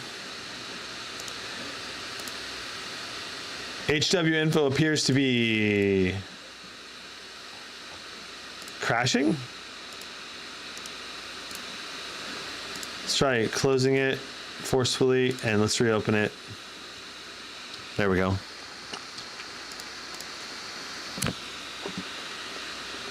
Okay. So let me zoom in a little more on the camera so we can see our CPU stats. So we can see we have 1, 2, 3, 4, 5, 6 P cores. Those are dual hyper-threaded cores, and we have 4 E cores. So the 6 P cores are going to be great for high-performance gaming. The E cores can help boost our multi-core rendering scores, though. The P cores will clock to a higher score, to a higher boost clock, and then they will also be hyper-threaded, so there'll be 2 threads where the E cores are only single-threaded. Our core temps and our CPU package is what we're going to look at, as well as our power wattage going through the system. So let's go ahead and expand this as much as we can. And let's go ahead and start another run. Okay, so our P cores, 4.7 gigahertz is really good. 86 degrees on the core temps, 94 on the package. We are thermal throttling right there. We are doing 123 watts peak, 110 watts to the CPU is really strong. Really strong, high wattage performance. Goes to show you that running the shared heat pipes is really smart from MSI to get the maximum performance from the CPU, but we are running very high temps. The high temps are not dangerous for the CPU, but the high temps means that if you're in a warmer environment again, you're going to get less performance out of this system. 16,225 on that run.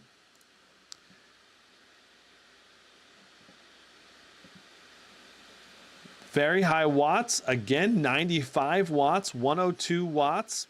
We are thermal throttling at 95 degrees on the GPU. Thermal throttling is giving us 4.3 to 4.2 gigahertz on the P cores. Still pretty dang good, but not quite as spicy as it was right at initial launch.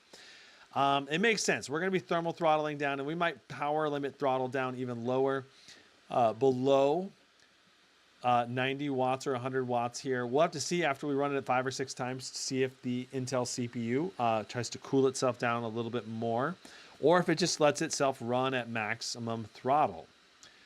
Overall, initial impressions are MSI tuned this to let it go as fast as it possibly can. 15,600 that run. And I like that. I like that MSI let this thing fly. That said, the cooling on this laptop is not quite able to max the CPU. You can tell the CPU wants to push a little bit more, but I don't think we're going to, even if it could push a little bit more, say it could push 120, 125 watts, it's not going to give you much performance. We're getting like 95% of the performance that the CPU I think can possibly get, or like 90% at least, in terms of overall performance. So overall, I'm happy with the CPU performance, especially for a more budgety oriented laptop. We're getting solid throughput on the power. Okay, saw 80 watts there on the power limit, 83 watts. We are no longer thermal throttling, so we're being power limit throttled to 85 watts. 15,285. And this will be our last run. And we'll see what we get. 100 watts of power. We are thermal throttling. And I think we're going to come back down and we'll power limit throttle probably like 85-ish watts here, I think, before the end of the run. We'll see. Yeah, there's 86 now. 85. Now we're power limit throttling and our temps are coming down. So we basically max watt up to 123 and eventually we power limit down to 85. And overall, very good CPU performance in terms of like you want to video edit, you want to do something on this laptop. You're going to be able to do a lot of stuff with this much CPU performance, but there are obviously plenty of laptops out there that can do higher scores, more performance for the money. Okay, I'm just throwing that out there. That's the truth. Okay, so there's our Cinebench R23 performance, 15,347 for our throttled performance. I have a 10-minute score for you. Let me get the 10-minute score pulled up. So there's your 10-minute score, 15,468. And I also have your single core score, 1781 for a single score. And that's so these are 10-minute scores on the Cinebench R23. And then I have your AIDA 64 RAM speed test. Let's take a look at that. Well, first, let's go to Cinebench R24. So Cinebench R24, we got 11,330 for our GPU. CPU multi-score was 898 and CPU single score was 106. And that's with the 10-minute score test on Cinebench R24. I did these before the live stream so I could show them to you. AIDA 64, let's pull that up. Turn off the overlay again. There we go. So we got 61,000 for our read and write and 60,000 for our copy. Latency is 110 from the nanoseconds. These are all pretty good, especially for a more budget-oriented laptop. Very nice overall. And you can see that our memory bus is at 2,600 basically. So that means that we are at DDR5 5,200 mega transfers overall for our RAM speed. And this is good RAM. This isn't super fast RAM, but this is good RAM. Competitive, good RAM speeds for our AIDA 64. We have CrystalDiskMark, 3,600 for our read, 3,000 for our write, 2,700, 2,800, 600, 465. These are plenty fast to run all of your video games just fine, but they're not as fast as the fastest PCIe SSDs out there that I've tested recently. We did the Titan with 13,000 in RAID 0, and we did about 7,000, 6,000 to 7,000 is the average for the latest single SSD speeds with PCIe Gen 4 SSDs. So this is on the slower side of those RAM speed or SSD speeds, but this is still plenty fast to load games very quickly. So it's not like you're going to be bottlenecked by this SSD at all. It's a very good SSD for a gaming machine. Okay. So that's so we just went over fan speed, AIDA 64, CrystalDiskMark, Cinebench R23, and TimeSpy. Let's move into our game testing. Awesome sauce. Let's get Apex Legends opened up.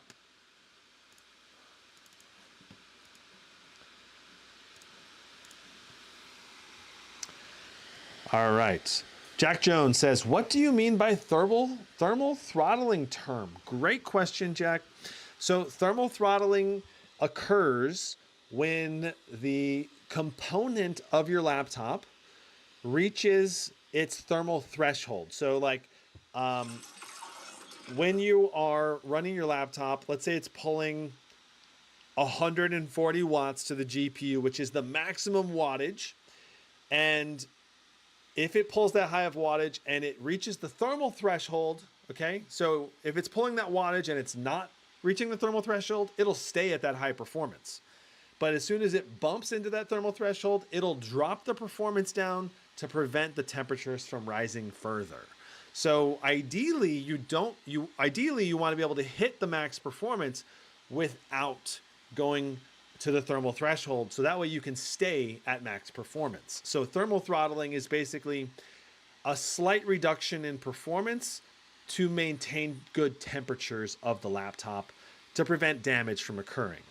And all laptops pretty much are going to do that thermal throttling, but the best laptops will have large gaps between it's running at max power limit and it's got a lot of wiggle room before it thermal throttles. And the nice thing about that is that when you're in warmer environments, say you're in a 85-degree room, your AC goes out, or you don't have AC and it's a hot summer day, whatever, you're going to be able to still play at high levels of performance. And also, as your CPU paste or fans get congested with dust, you'll be more likely to hit that thermal threshold sooner if you don't have a lot of wiggle room between the thermal throttle limit and your power limit being used to the max potential. Okay, so let me get this overlay turned back on. Very nice. Okay, so here we are in Apex Legends, and we're gonna have to reposition everything. Oh, we did not do this yet. We got to do this. Before we do game testing, we got to do the Spider 5 Elite. This is the display testing tool that will tell us how bright and how many nits gamut this display is. Very important for this laptop. We got to do this test. Arguably, I think one of the most important tests with this laptop to indicate whether I can recommend it more or less.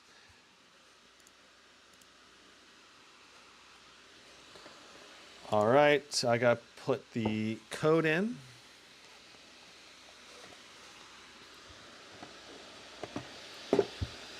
All right, okay, getting the code here.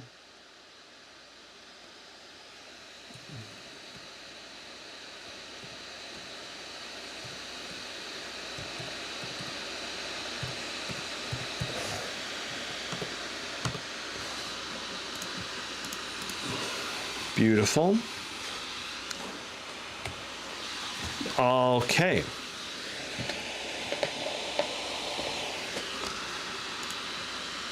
Display analysis, gamut, and brightness test.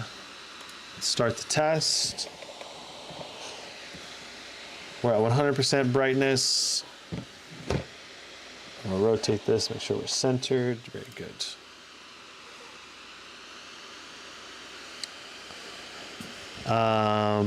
Freddie Paul says, I'm basically 25 minutes back on the live watching temperature fan noise test, and it looks like the laptop doesn't have much temperature headroom considering live in South India close to equator.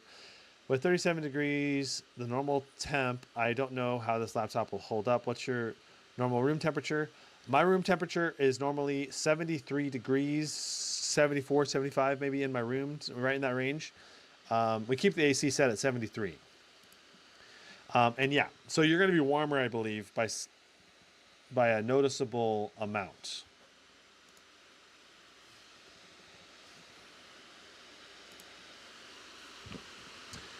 And so Freddie, I think you're more likely to see thermal throttling in your scenario. Amini says, is MSI worth it from a build quality perspective, or I just go with a Legion Slim, something Slim Pro? Sorry, I can't read it. The little icons over your text there. Yeah, I would say that the Legion lineup is higher quality on build quality. The Legion laptops use more metal, which I prefer generally for build quality. The Legion hinges, I think, are a little bit better. And more importantly, the Legion screen brightness and color gamut are better pretty much across the board, except maybe some of the cheapest Lenovo IdeaPad and Lenovo Lock 15 laptops are pretty on par with some of the budget MSI laptops. That said, MSI is working on improving their 2024 version of their laptops. A lot better screens are more standard on the 2024 version of their laptops. So it depends on the laptop, depends on the year. But yeah.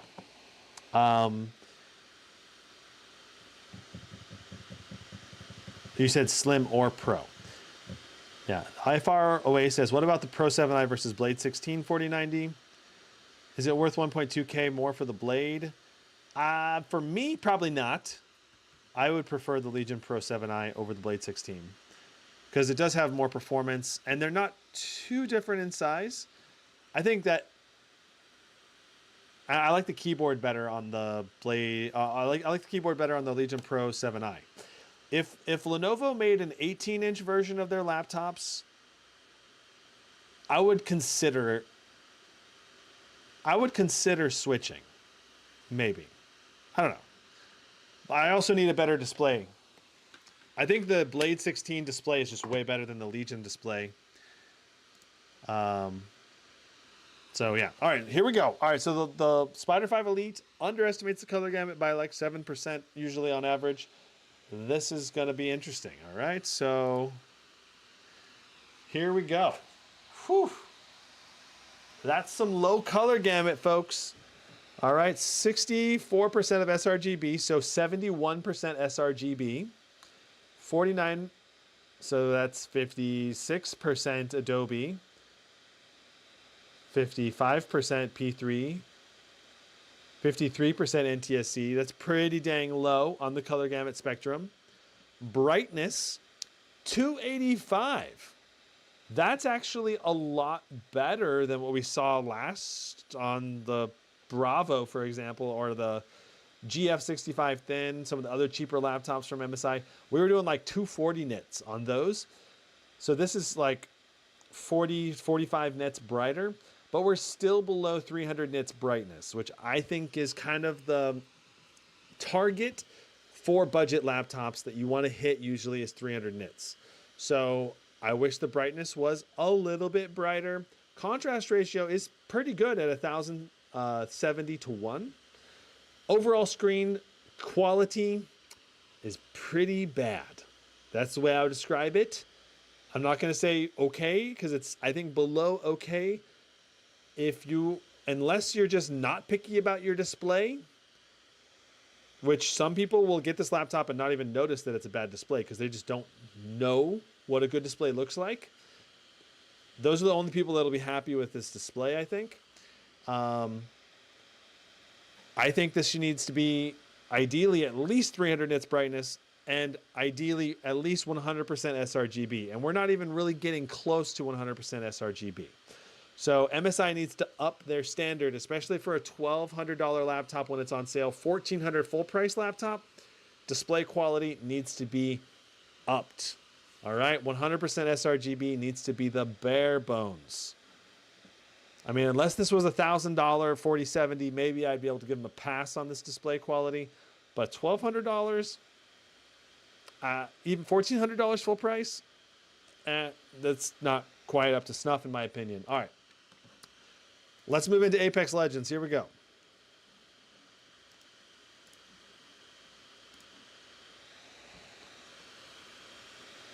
Apex Legends ghosting, gonna be funny? Well, we'll see. I'm hoping ghosting's not noticeable.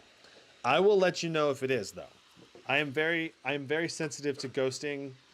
on gaming laptops, being an esports player. So I'll be able to tell you if there is any. Crest of Honor says, most screens this bad in color gamut tend to also have poor response times. Yeah, we'll see.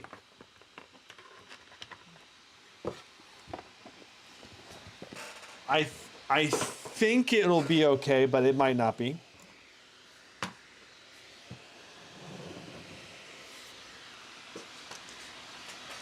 I reserve judgment until I can actually tell, you know, for sure, one way or the other. All right, so I'm going to reposition the camera, share leg, so I can get everything in tight here.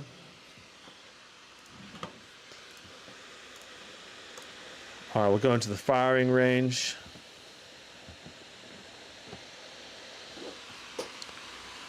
Get this positioned correctly and refocused.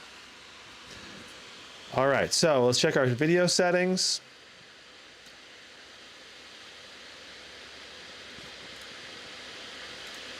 All right, we're gonna do everything on max settings to start with.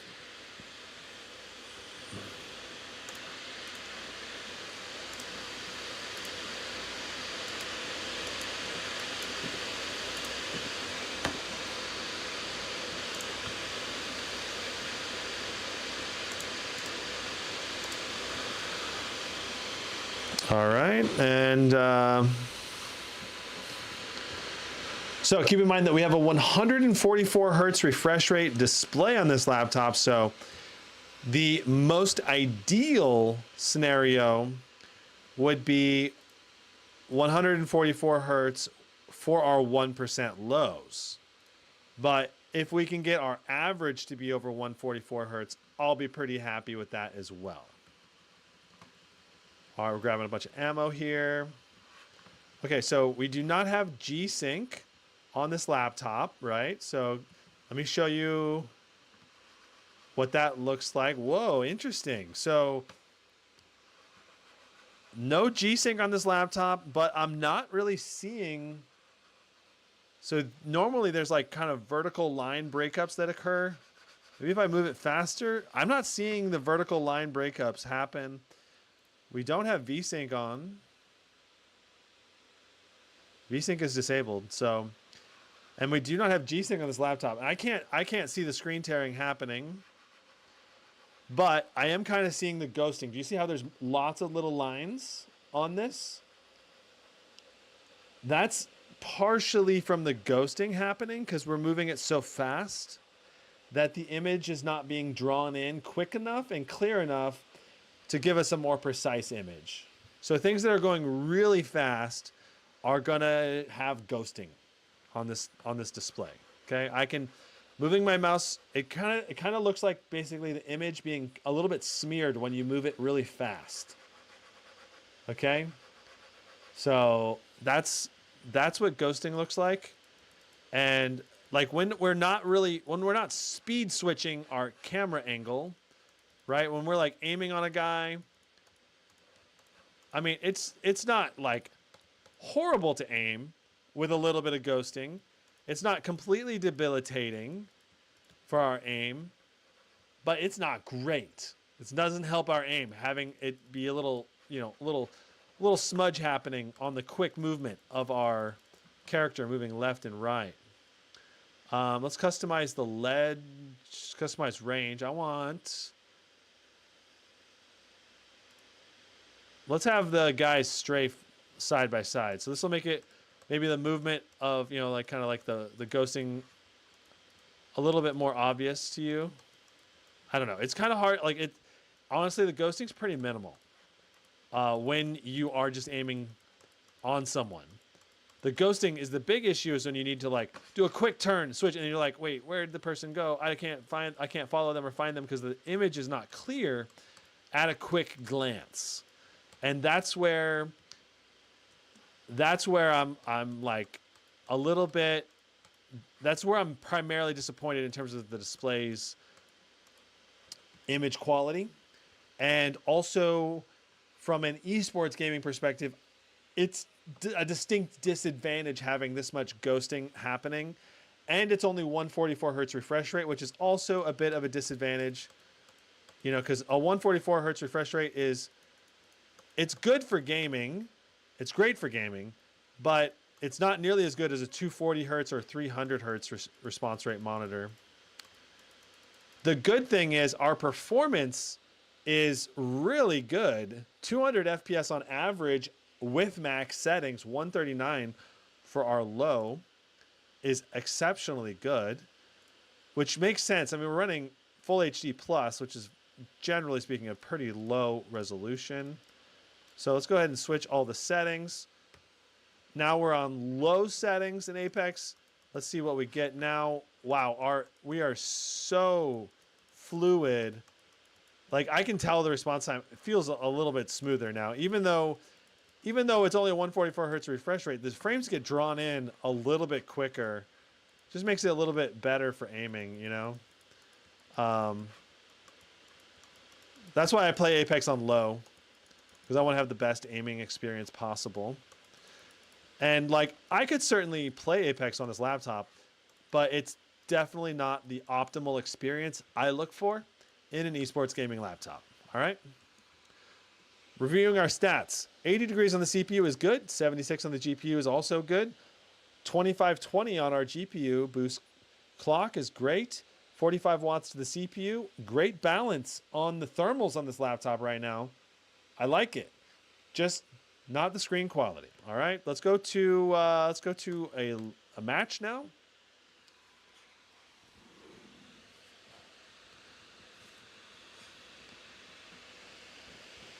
Sandor M says, great review like always. Thanks. Appreciate the super chat. That's awesome. Thanks, Sandor. I appreciate the comment. Okay, so let's see here. I'm checking chat because I got in the mix. The ROG Ally has a faster GPU and Steam Deck 2 over a GTX 950. Oh, you guys are bouncing back and forth there.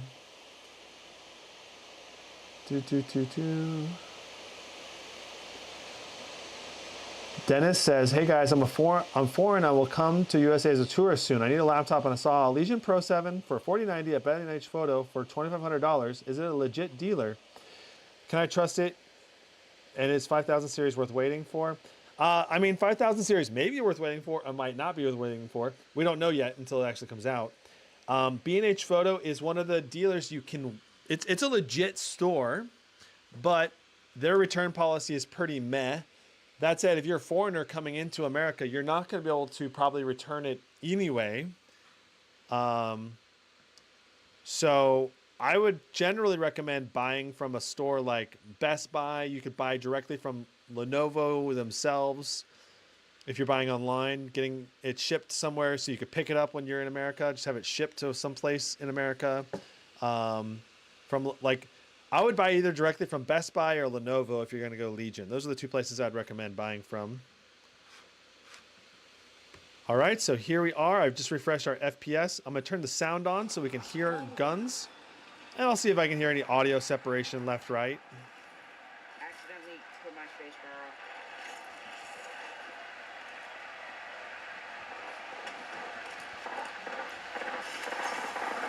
off. This is Gun Run.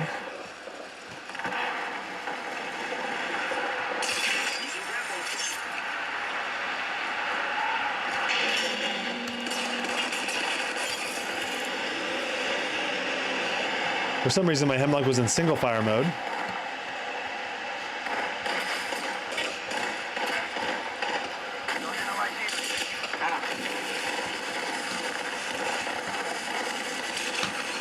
There you go.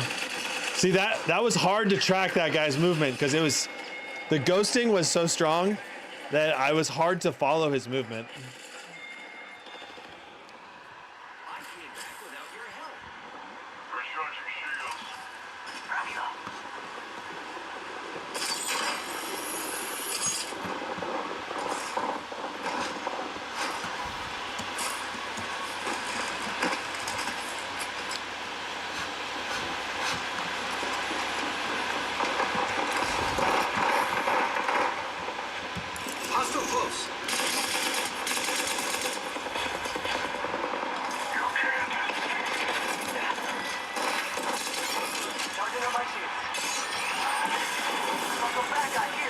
Wow, that guy kind of hit me pretty good.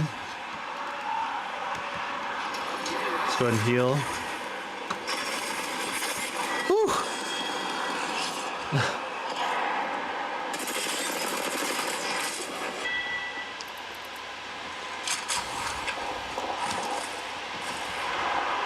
FPS is outstanding right now. 293, 184. Which, I mean, that just goes to show you that if you were to, you know, play this on an external monitor, it'd be a great experience. At least at full HD plus.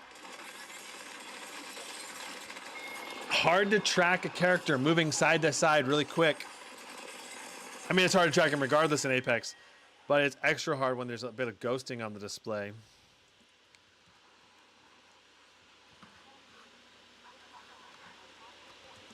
Turning down the audio. Devotion can be rough sometimes.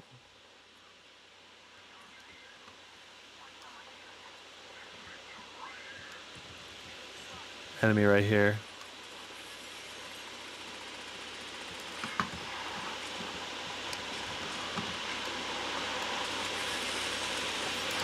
Finally got the kill there. All right, let's go.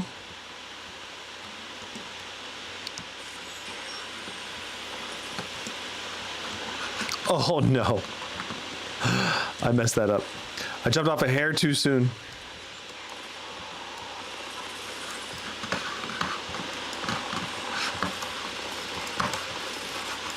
It's kind of hard to track him. I don't know who I'm... Oof.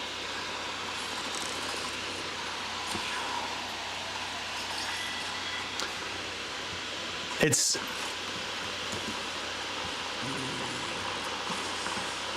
Okay, let's see if we can get this. Oh, I should have shot.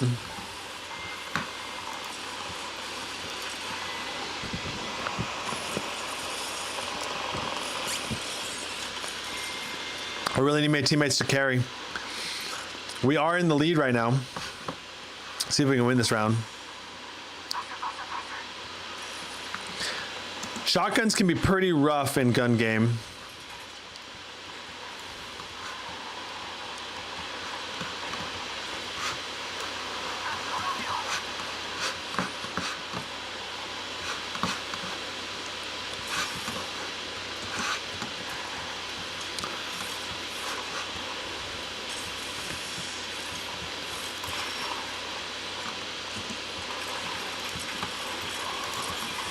All right, we got him.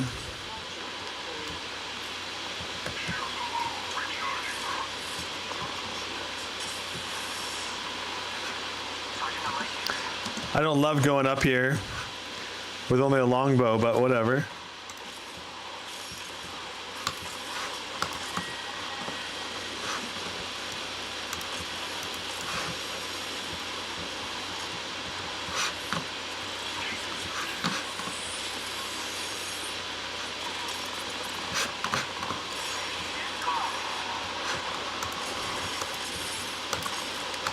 Having to use a longbow at point blank range can be rough. Wow, my teammates absolutely carried. We still managed to win. All right, I helped my teammate kill that guy because I hit that guy 3 times with the longbow. I like it. What's my favorite laptop in 2024 so far? Great question. Let me just review the performance here. 290 FPS is absolutely solid, rock solid. 189, excellent for 1% lows. Overall, perfect Apex Legends laptop, at least at full HD, probably really good at QHD as well. Cool. So we are into the next game. Favorite laptop 2024? Dude, that Blade 18 2024 is calling my name. If I really wanted to spend some money, I could spend some money, all right? I mean, main thing is Thunderbolt 5 and the display upgrade to 300 hertz. That's the kind of thing I would notice and appreciate. So, all right, Baldur's Gate 3 is our next game. We'll see how it goes. Dennis says Best Buy and Lenovo are good, but they don't have the same product for the same price. Yeah, sometimes they have different prices. Sometimes Best Buy is better. Sometimes Lenovo is better. But they both offer good extended warranties and good return policies. So that's the primary thing.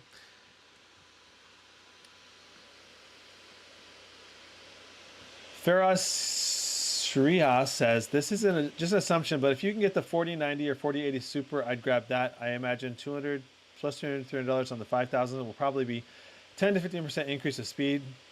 That's just me assuming. Yeah, it's hard to know right now what it's going to be. It's really hard to know. Okay, so we're no VSync. We're going to overall preset to ultra. DLSS on quality. Beautiful. All right, we're going to load into our game.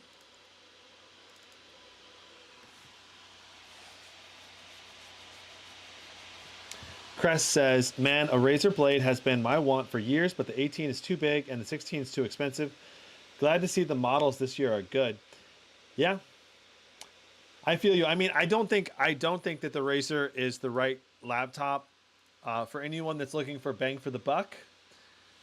It's the laptop for someone who has money to spend, you know? All right, so here we go. 193 for our average so far. It's pretty good average. 1% low is not terrible at 60. We'll see how it goes as we continue going through all the different turns. Usually in Baldur's Gate 3, of course, there are some stutters that happen on the frame time graph at key moments when you change turns. But what we're looking for in this is just high average FPS, over 144 for our average, at least at 1080p. And we're definitely hitting that. We're easily surpassing that. Even on ultra settings with DLSS on quality. So Baldur's Gate 3, of course, was expected to have excellent performance, and we're getting it. So fantastic. So our benchmark, 182.55. Excellent.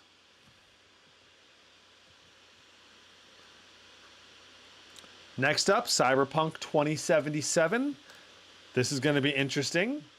Of course, it's going to be easier to run this than on a QHD display because we have a full HD plus on this laptop. Should hopefully make Cyberpunk 2077 playable.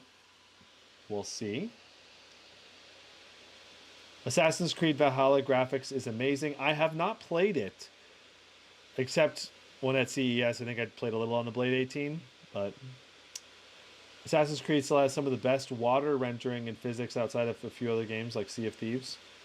Interesting. I played the original Assassin's Creed, and then I think I beat the original Assassin's Creed, and then I played Assassin's Creed 2, and I went, wait, this is the same thing with a slightly different story, but everything else is the same. Why am I playing this again? And I stopped. So it just got really repetitive. I'm sure the newer ones have new gameplay and everything. I should probably try playing the newer ones because I really liked the first one.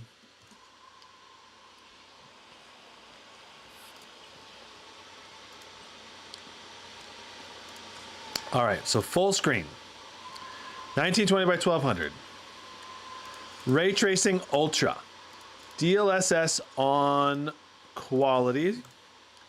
Ray reconstruction and frame gen will be enabled. We'll also try texture quality on high because we are only on full HD plus, which makes it easier to not run into VRAM issues. Higher resolution definitely runs into VRAM issues in Cyberpunk 2077. We may still run into VRAM issues even at full HD plus. We'll find out. All right. Because we have frame generation enabled, our target FPS is 90 plus for ideal gameplay performance, 100 for our starting average, 60 for our 1% low is really good. 105 watts to the GPU, 2520 on the GPU boost clock is excellent. CPU pulling 40 to 50 watts.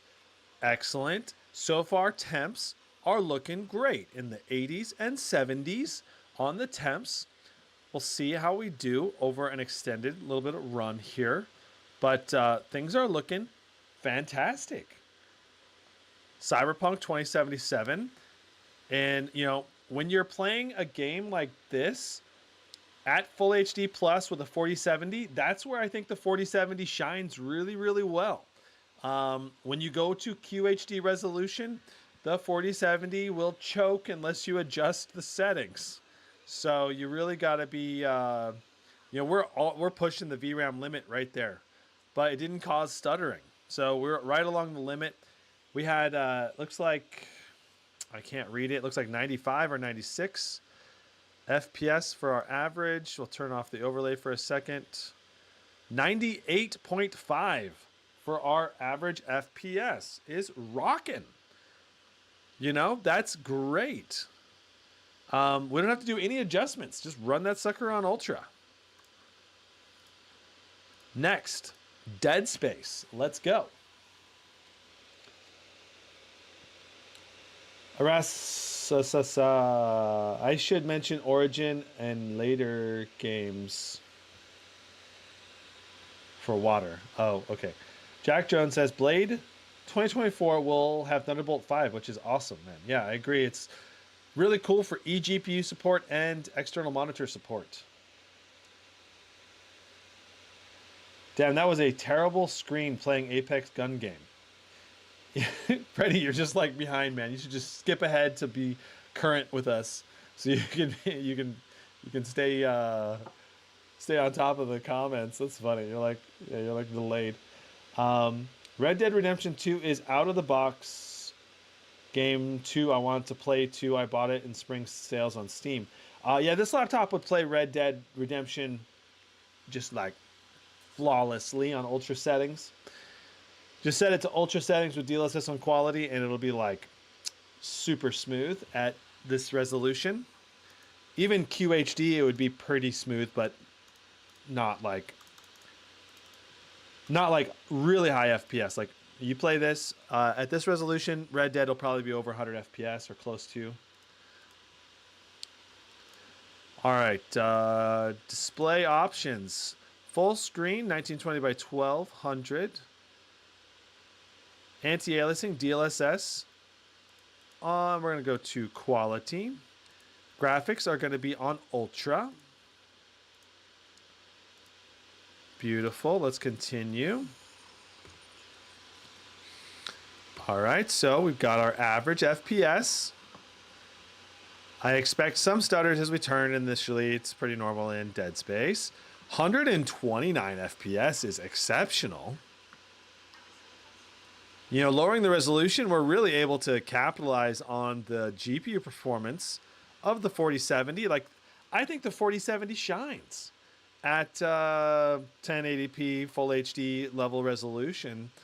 It pairs really, really well at this resolution. And this CPU is also just about right to give us great gaming performance at this resolution as well. We're only a little bit CPU bottlenecked right now. 92% GPU utilization is great.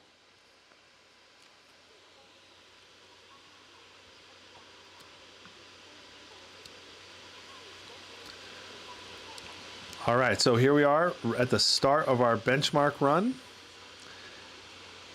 I also want to point out temps are looking good. We're not thermal throttling on either. Let's go ahead and walk. 106 for our average, 56 for our 1% lows is actually really good. 62 for 1% lows in Dead Space is really good. Dead Space usually has really bad 1% lows for some reason.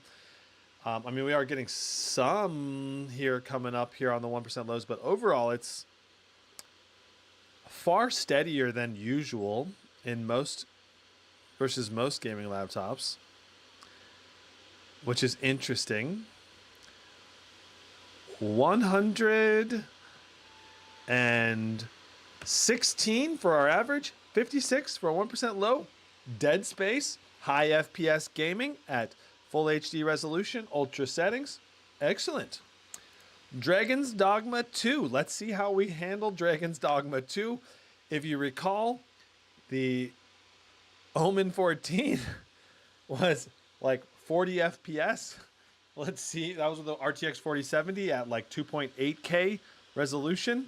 So this will be way less resolution, but the same 4070 at a higher power limit. So we'll see.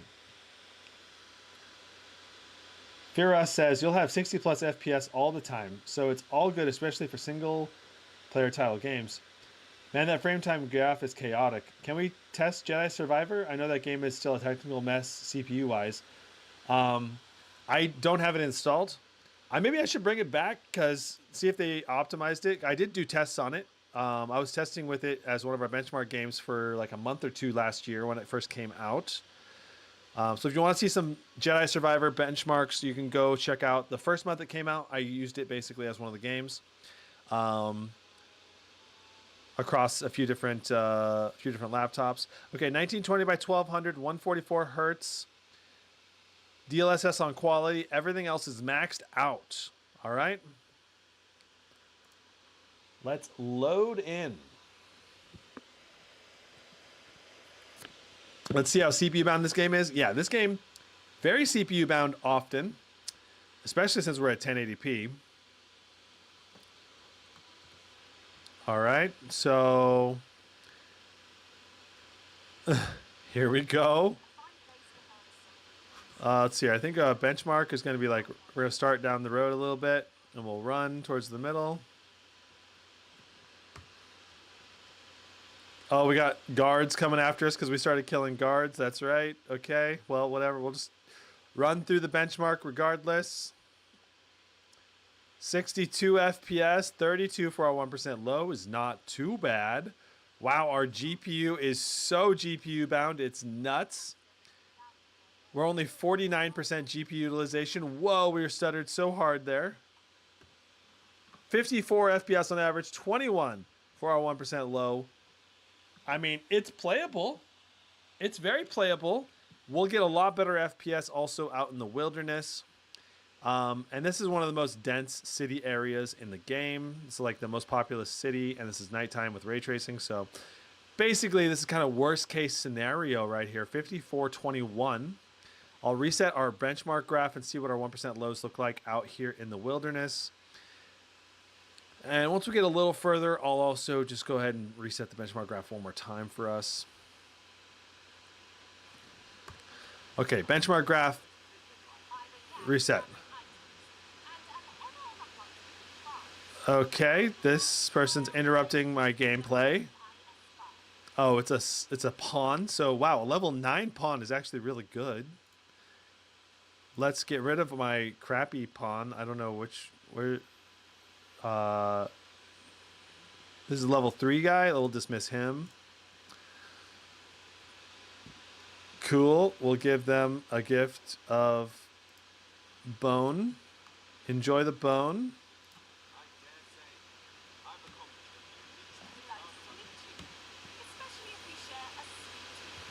Oh my. Okay. So that's what they do in this game. They just like come up to you and they're like, hire me, please.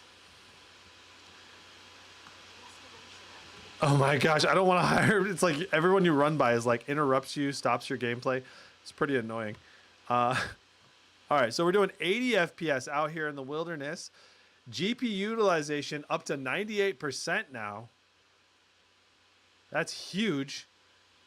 68, 80, jumping up and down like crazy. I think it depends on the NPCs. NPCs just take over your CPU and just crush your FPS down. Overall, GPU utilization at times over 120 right now.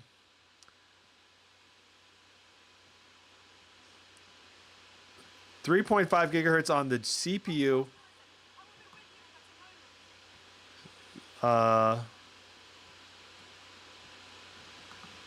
They said hold fast. Is there like an enemy up here or something? Like, why are they freaking out? I don't know. Okay, 81 FPS, 45 for a 1% low out in the wilderness. That's a lot better gameplay. in general, Dragon's Dogma, not exactly the best in terms of game optimization, quite poor on the game optimization, especially in cities. It's absolutely terrible. But this laptop definitely had playable frames, at least at full HD plus resolution, no problem. Is ray tracing on? You said RTGI on. The ray tracing was on, if that's what you're asking, I think. Two Hemi says, what do you think of the Legion Pro 5 Ryzen 7 7735HX RTX 4070? I think it's a great laptop option. I think you might end up being CPU bound a little bit in certain games, a little bit more than say with an Intel CPU. But depends on the game.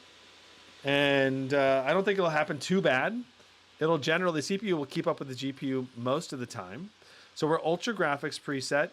We're at 1920 by 1200 with DLSS on quality. Let's go ahead and hop into the benchmark.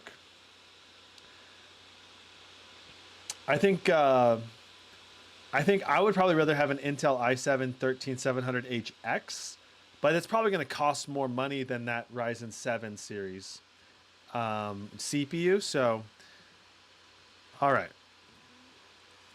So if you can get the Legion Pro 5 with the Ryzen chip for cheaper than the Intel Legion Pro 5i, it may be worth the trade-off because you might also get much better battery life with that Ryzen CPU as well. So depends on what you're going for.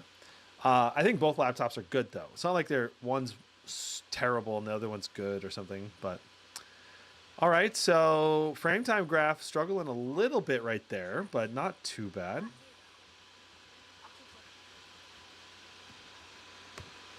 All right, so 81 FPS on average, 54 for our 1% low, 80 degrees on the GPU. We're boosting up to 135, 120. That's very good. 38 watts to the CPU, 82 degrees, 85 degrees on the CPU. So we're in non-throttle range for the CPU and GPU, but the GPU is getting kind of spicy, and we are on max fans. Overall, good performance. Very good performance. I can see ghosting, though. Everything a little kind of smeary looking when you move the mouse pretty fast, but that is what it is. 81 FPS, 54 on our 1% low. Obviously, if you want to go for really high FPS, drop this down to original. And now we're almost maxing our 144 hertz refresh rate, 135, over 130 FPS overall. Very good. So original still looks almost as good as Ultra. You know, is how the game was originally designed. So it still looks very, very good. It's just more optimized, basically. All right. Helldivers 2. Let's go kill some bugs. All right. Hello, guys. What's up, Black Clover? What's the price? The price on this is currently $13.99, but on sale often. I've seen it go down on sale for $11.99 multiple times. So I would say if you go for the Crosshair 16, make sure you wait for it to go on sale to $11.99. So just be patient. Otherwise, you can look at, if you're looking for the top deals, I do have a whole bunch of top deals on the top deal or my laptop list, which is linked in the description. I went over this in detail earlier in the live stream. I'll just give a quick showing of that.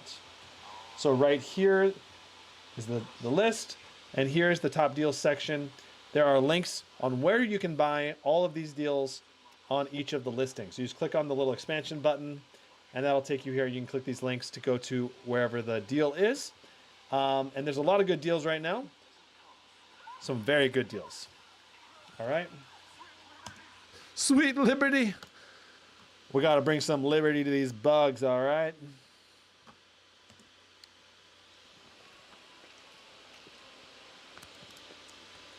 Time to share some freedom. Incoming message from Super Earth. I think they want us to attack the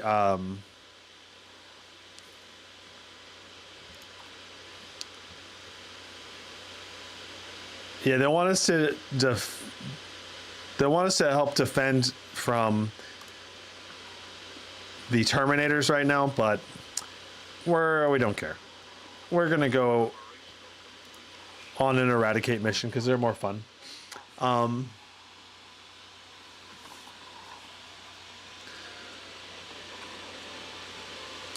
More players play the bugs in Helldivers, so the devs, it's a problem for the devs. They've actually struggled to get people to fight the Terminators, so they just did like a giant like incentivization mission to get people to fight.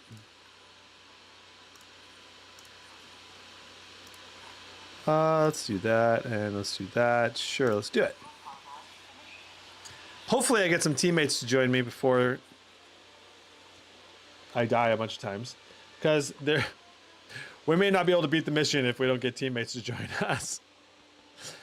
This is it gets pretty nuts. Well, this is pretty slideshowy right now. Look at the frame time graph. It's all over the place.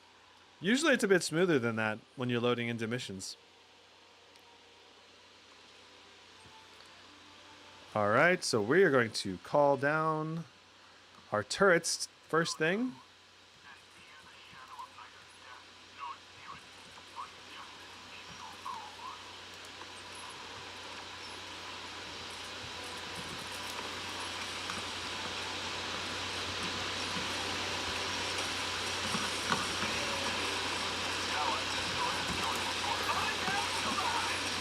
Beautiful. We're doing murder already.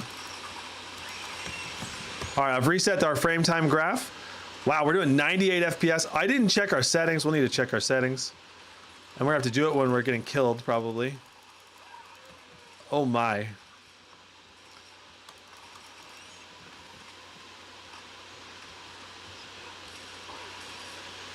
Okay, let's see what our settings are, make sure they're optimized.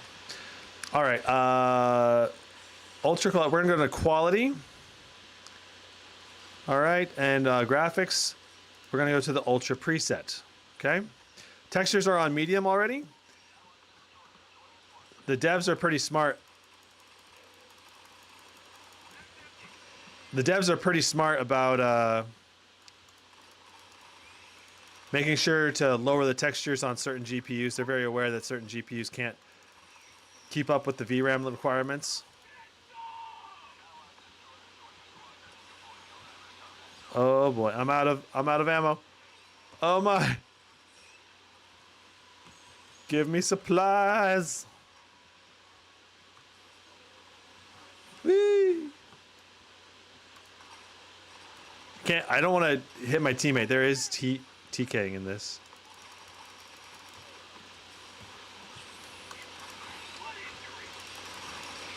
Okay, so let me reset our frame time graph again, our benchmark. 93 FPS, 70 for 1% low is excellent.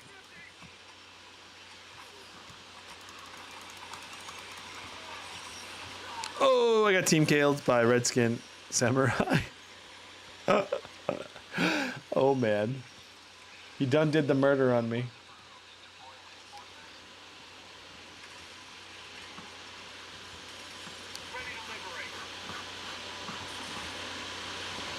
Oh.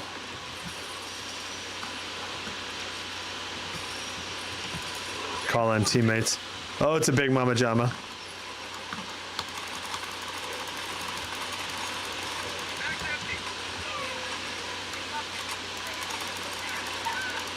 Oh my gosh, that nuke was insane. Is Redskin Samurai just TKing or what?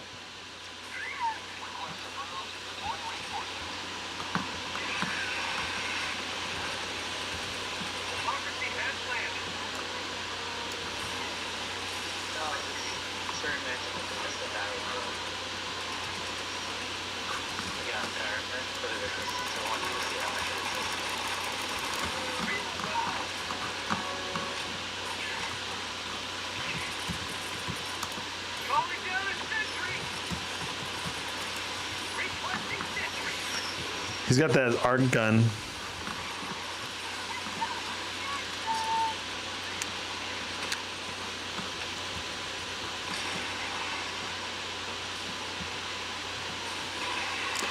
Oh, it's that thing. Interesting.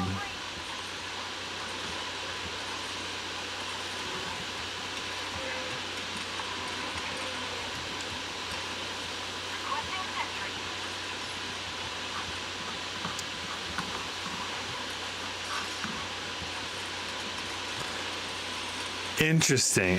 We've killed 80% of bugs. We're almost done with the mission. We'll just let it play out. My cannon here. Oh. His turret TK'd me, man. I've been TK'd so many times. All right, I'm gonna turn the sound up so we can hear the audio. Request approved. Reinforcements have been launched.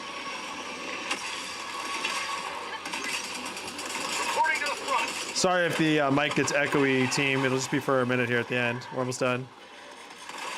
No worries, man. It's not that bad. Back empty.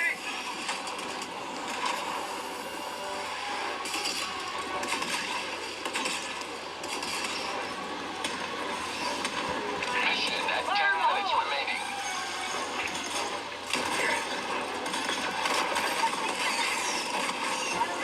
Mission complete. Thanks to you. You may proceed to extraction.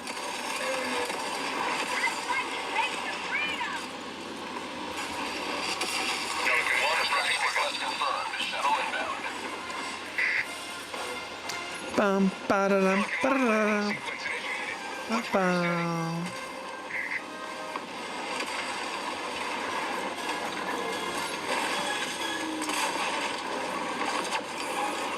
Pelican 1 All right. depart. Shuttle launch in 20 seconds. I mean, I can hear the audio pretty dang good with the speakers. It's just not like high quality audio. You know, they're pretty loud though.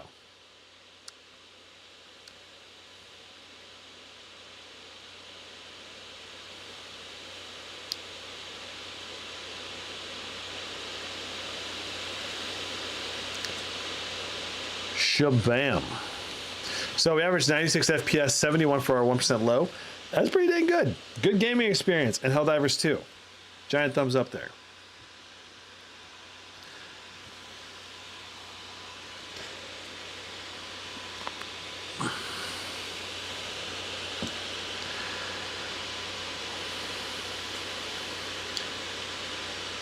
Luciano wants to know, how is the i7-13620H compared to the i7-13700HX?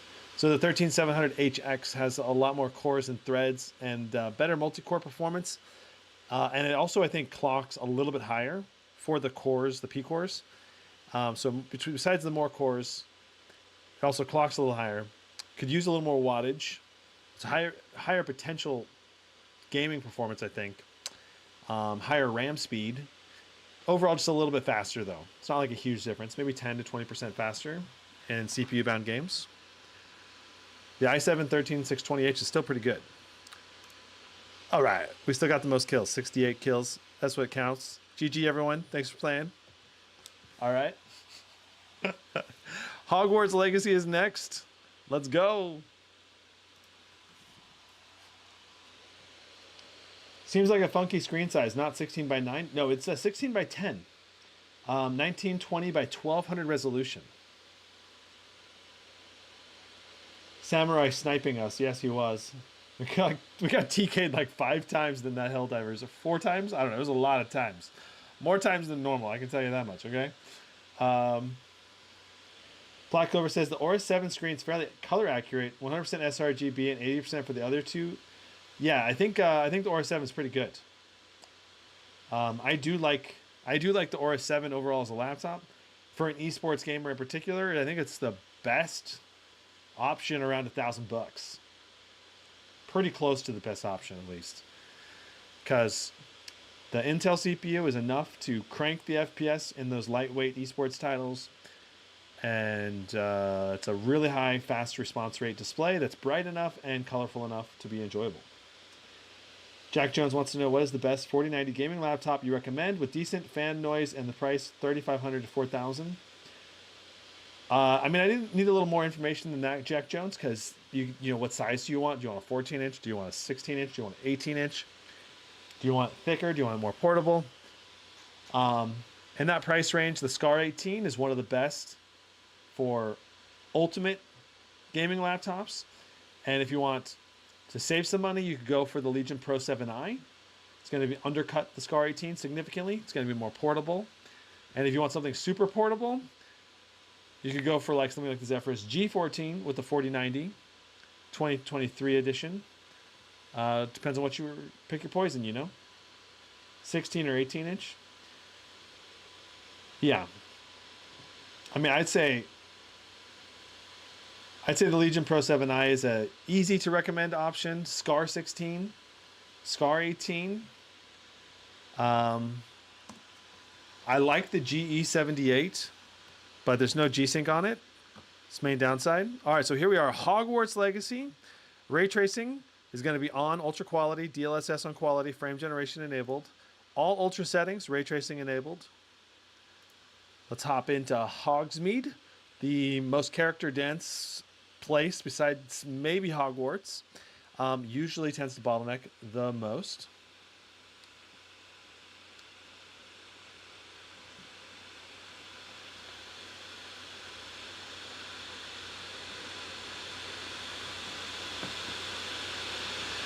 In India, the cheapest 40 series GPU and 165 Hz screen translates to 1200 USD.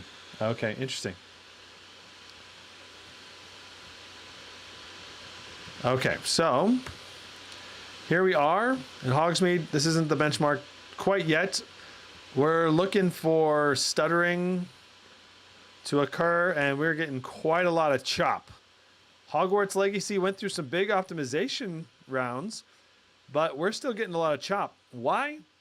Look at the RAM utilization, 15.7. This is a 16 gig laptop. And my guess is we probably want to turn down the density of the NPCs to improve, to decrease the RAM utilization. You know, as we're running through here, it's probably having to cycle things in and out of the RAM, and that's probably what's causing all these stutters. That'd be my guess, at least. So, in other areas of the world, I would not expect it to stutter like this, just in Hogsmeade, or maybe Hogwarts as well. Here we go. We're starting our run. We had that big stutter right at the beginning, 91 FPS on average, 8% for a 1% low. It's really not great.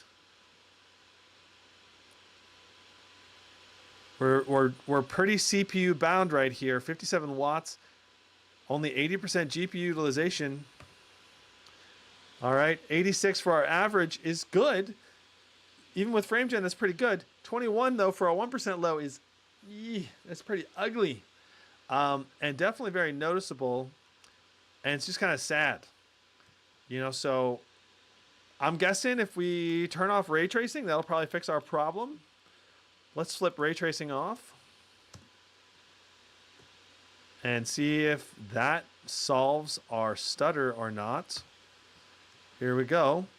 Ray tracing. Wow, our FPS went up to the 130s, but the stutter is still here. We're going to need to turn actual effects down. Let's try high settings. Some of these settings may not fully apply, but let's see if we can get it to solve our problem anyway. We might be able to. So high settings reduces our texture utilization, might reduce the NPC density. Let's try running back again. We did see some stutters, but we're at least not hard stuttering all the time. 44 for our 1% low, much better. 150 for our average. I mean, it's our frame rate's rocking, except for, yeah.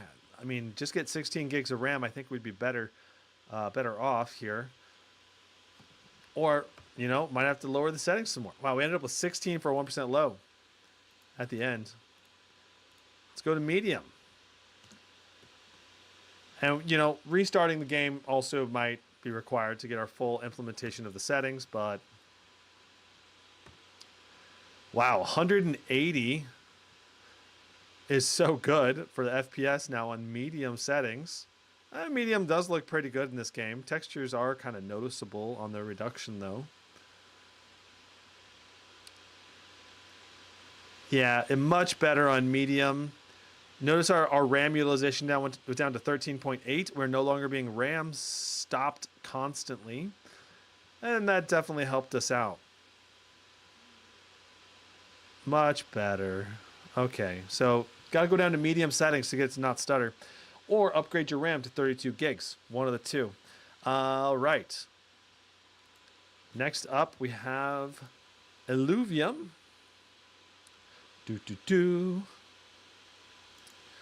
Illuvium, the creature collector battler game that's going to be coming out soon. I have private beta access. There is Arena, Illuvium Arena is public beta access, but I do have private beta access to the overworld. And yeah. Eloc asks, what is a great laptop for 2D rendering? Interesting. What application do you do 2D rendering in? Like After Effects or like Premiere, or like what kind of 2D rendering are we talking about? And I need to know what software you're using, because if I don't know what software, I don't know if you can boost it with NVIDIA or AMD or Intel CPUs or Ryzen CPUs.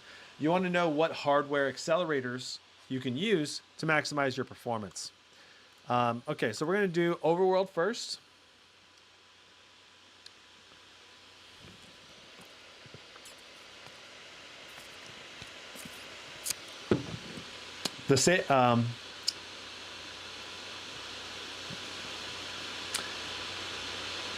For 2D rendering, if you want the safest bet, just get a high amount of performance in the cores for your CPU.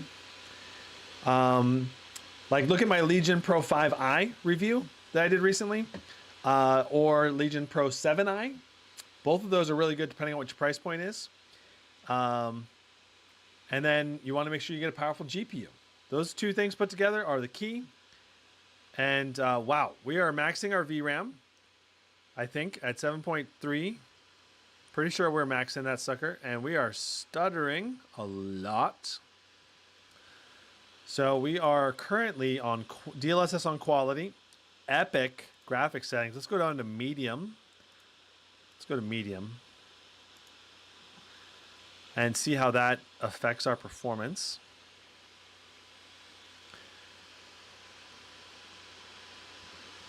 Okay. VRAM no longer being bottlenecked. It's good. RAM is not bottlenecked.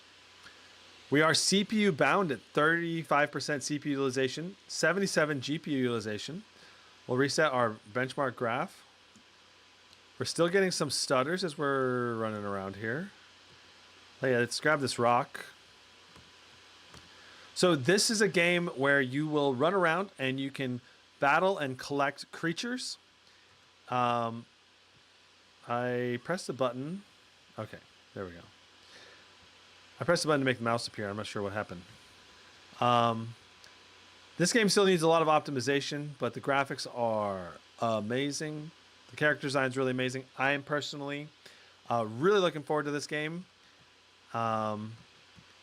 There'll be all kinds of things you can upgrade, weapons, alluvials you'll be able to capture and train.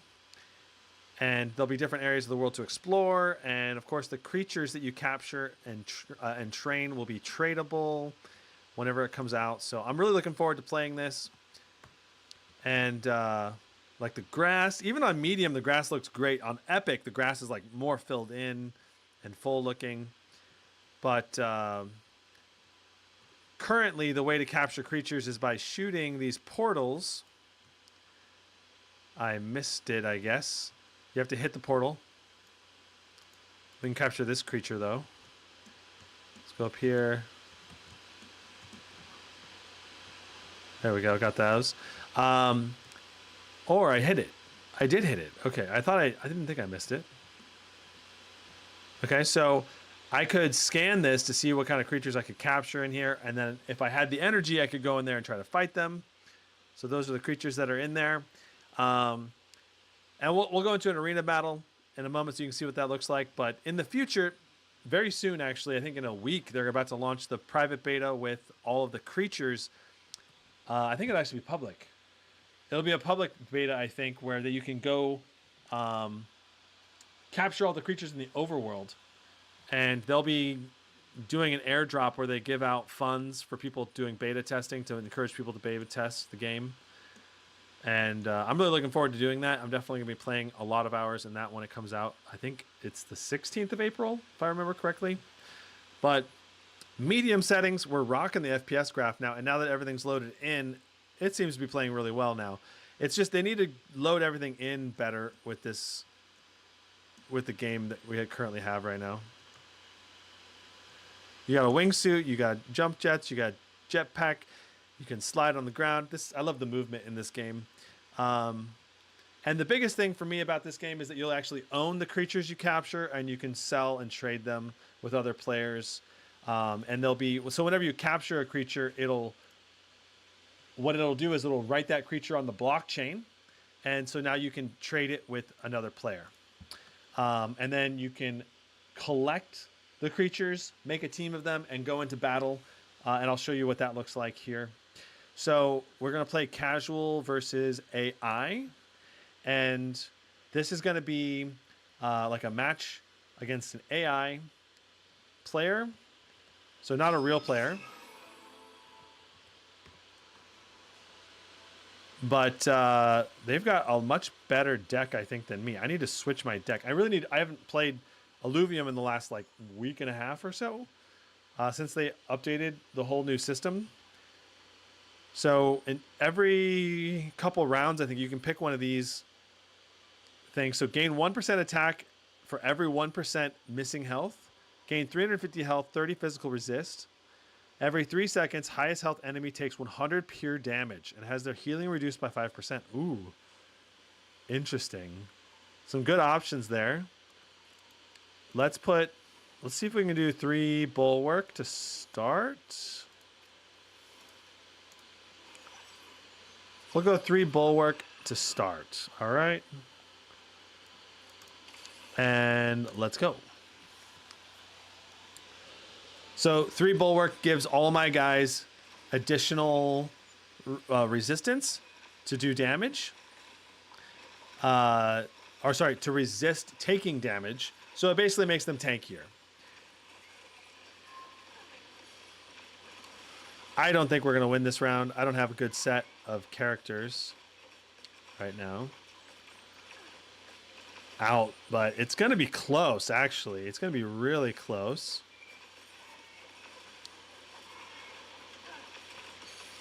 Oh, man. Okay, we got him. That's good. Okay, so bulwark is pretty strong early.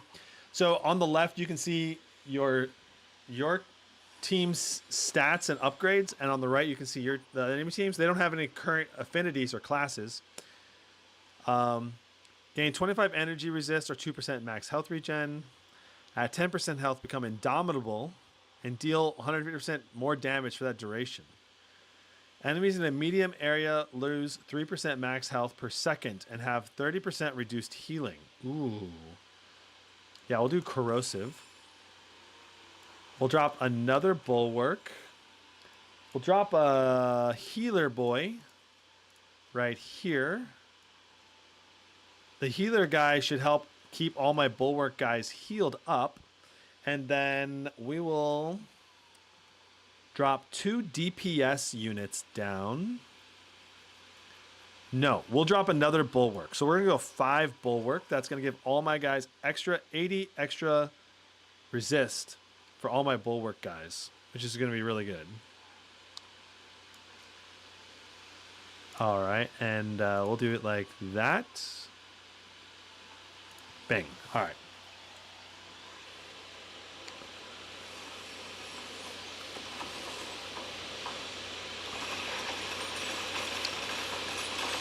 So basically, this is like chess, but with creatures, is the way I would describe it. It's called like auto chess.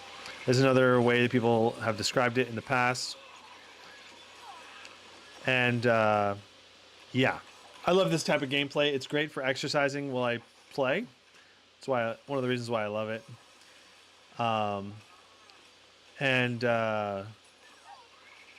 Yeah, I think we're going to win this round too. So basically, it's a match where you have to kill the other person before you run out of health. Now, let's take a look at our performance-wise. We're doing 99 watts on the GPU, only 80% GPU utilization, 32% CPU utilization. CPU is running pretty spicy in the 90s right now. 4.7 gigahertz, 50 to 55 watts, 60 watts on the CPU. Very interesting. And I believe I mentioned this at the beginning, but if I didn't, I love this game. But part of the reason why I love it is, you know, full disclosure, I'm invested in this game. I have put money into the ILV token. I'm wearing an ILV shirt right now, which is for this game.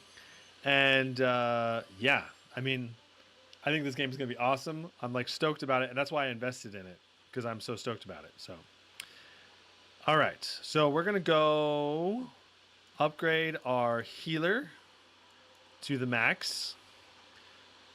We're going to throw down Lights Chosen. We're going to add that guy down. We'll throw down Proton Vest. And I think we're going to do Shield. Perfect. And that's going to give my guy, that's going to give my Ranger way more health.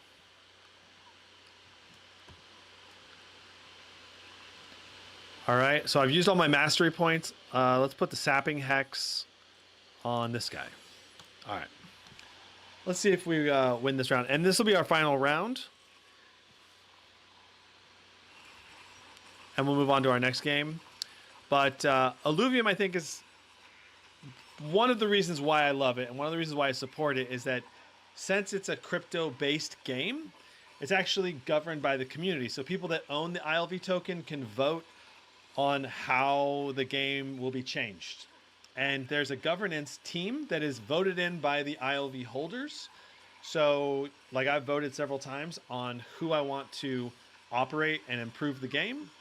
And basically the team of devs that run the game, they're required to follow the council, the community council that operates and governs the game. So it's a really cool idea to have a game that is basically by the gamers, for the gamers, and all the profit that the game makes goes back to the people, the community that owns the game. So it's like a community owned and operated game, which is probably the number one reason why I love the concept of it. Okay, so that's it. I would beat this computer no problem if we played another round, but we're going to go ahead and move on to our next game, Witcher 3. Awesome sauce. Okay, checking chat. Sorry, I was invested into talking about the game. All right, so chat for drone mapping using NVIDIA. Not sure what software yet. Barely getting into it. $3,000. Okay, for $3,000. My advice would probably be the Legion Pro 7i, just with an i9 and a 4090, currently on sale for $24.99. Get the extended warranty if you can from a Lenovo, and you're good. Right around $3,000 with sales tax. So, boom.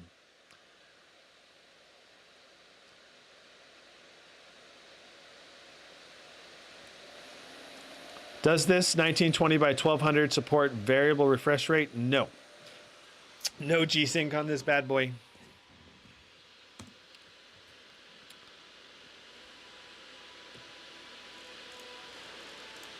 All right, let's set the display to the right resolution. Frame gen on.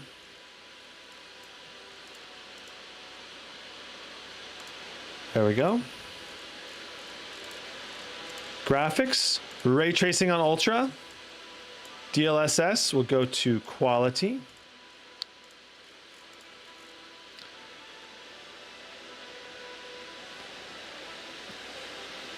So Crest of Honor, it is an NFT game, but it's not like your normal NFT game. Like if Ubisoft made an NFT game, you know, think about it, they would probably like exploit the crap out of it versus this. Like I don't think I would be a big fan of an NFT game from Ubisoft. Illuvium being a community operated and governed game, You know, if they don't like, if the community doesn't like what the game devs are doing, they can tell the game devs to do something different. You know, it's like a democracy, and I think that's just really, really cool.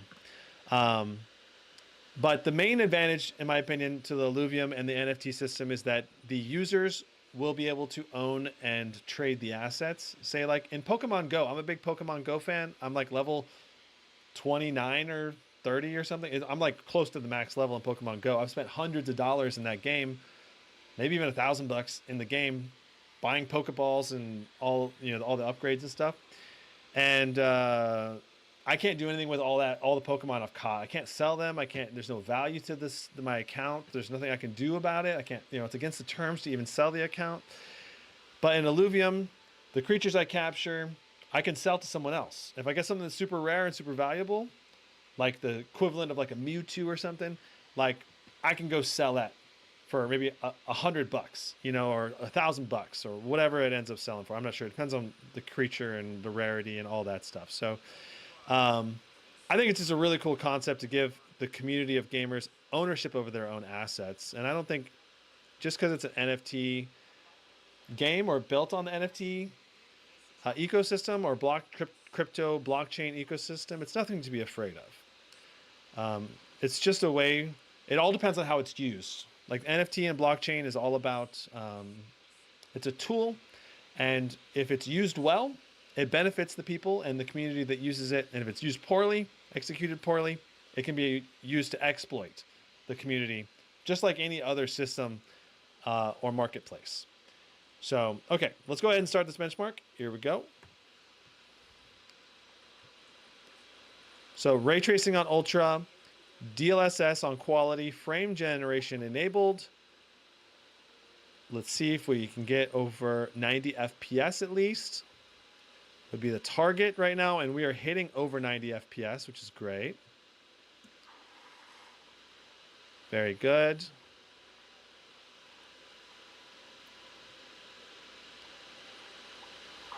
$100 for our average, 53 for our 1% low is awesome. I love to see it. Boom. Okay, so GPU utilization, 98% is excellent. 29% CPU utilization, 80 degrees on the CPU, 78 on the GPU. It's a pretty great sweet spot right now, even on ultra settings with ray tracing enabled.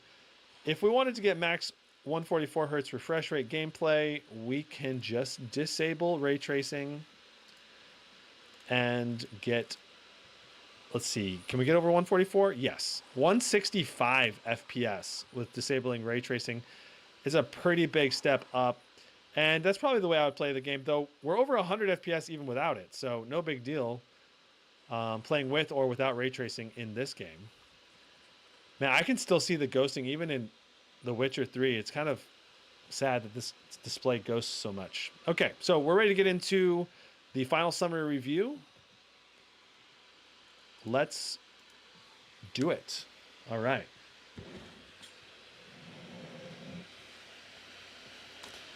All right, so let's talk shop. All right, so we get this max fan disabled, and we'll bring everything down, and summary time, okay?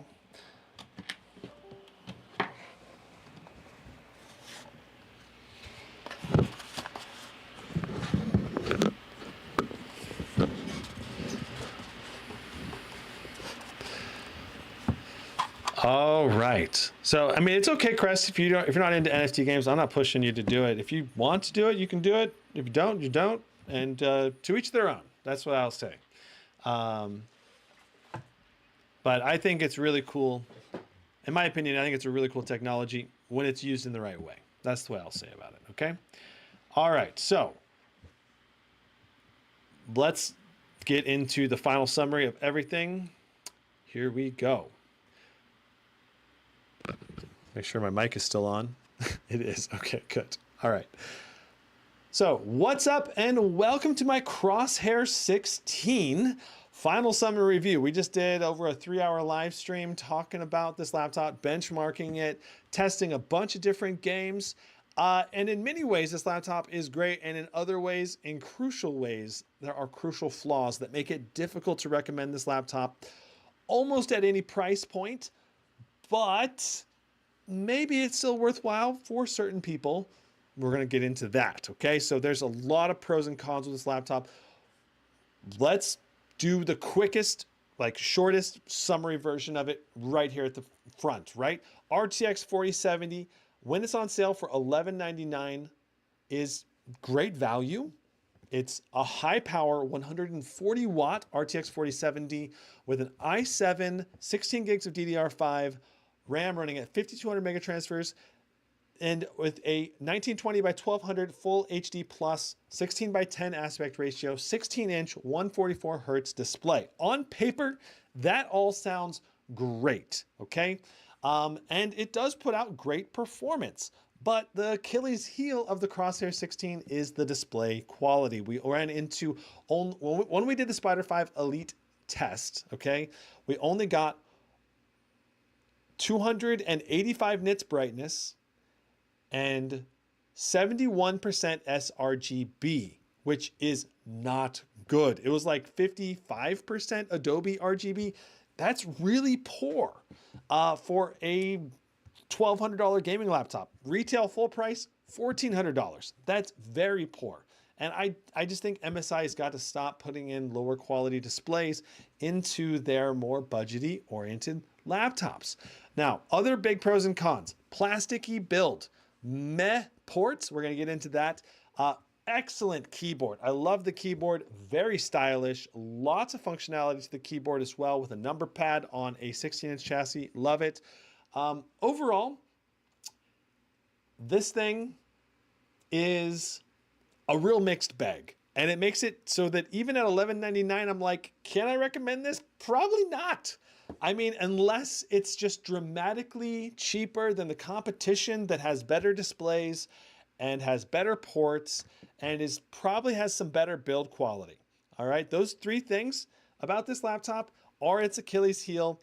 You know, like the Legion Pro 5i, the Acer Nitro 16, the Asus Strix G16, the Zephyrus G16.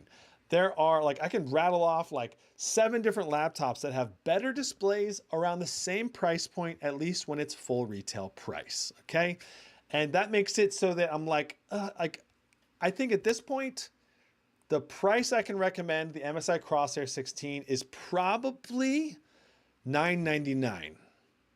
That's where I could see, okay, that's worth the trade-off for giving up some screen quality versus the competition for the specs that this has on the inside. At $1199, I still don't think I can recommend it. It's just not there. Okay, so pros and cons, quick summary review. There it is. Moving into the more detailed final summary review now. Unboxing the laptop, pretty simple, straightforward experience with some warranty cards in there. Power adapter, 240 watt, fairly portable, not too large, not too small either. Decent length on the cable, no problem there. Weight, 5.2 pounds, very portable overall. Taking the bottom off was a pretty easy, but there's a little tricky getting the snaps to come off of the rear of the laptop, and getting it started was also a little bit tricky. A lot of screws on the bottom as well. Plastic all the way around the chassis, some flex on the chassis, mainly around the space bar, but overall, for a plastic build, this is a very rigid laptop. Like the wrist rests, extremely rigid right here and right here and right here and right here. I love the rigidity for a plastic build. Is phenomenal. But yeah, it just doesn't feel as premium in your hands. Okay. And the hinge, I would say, is average at best. Like, it does have some wobble to it, but not when you're typing or using the laptop. It feels solid and sturdy. I think a higher quality hinge would benefit the Crosshair 16 in the future. And I do think that the hinge is also redesigned for 2024. Now, I think MSI is making steps in the right direction. I did compare this versus the 2024 version of the Crosshair 16.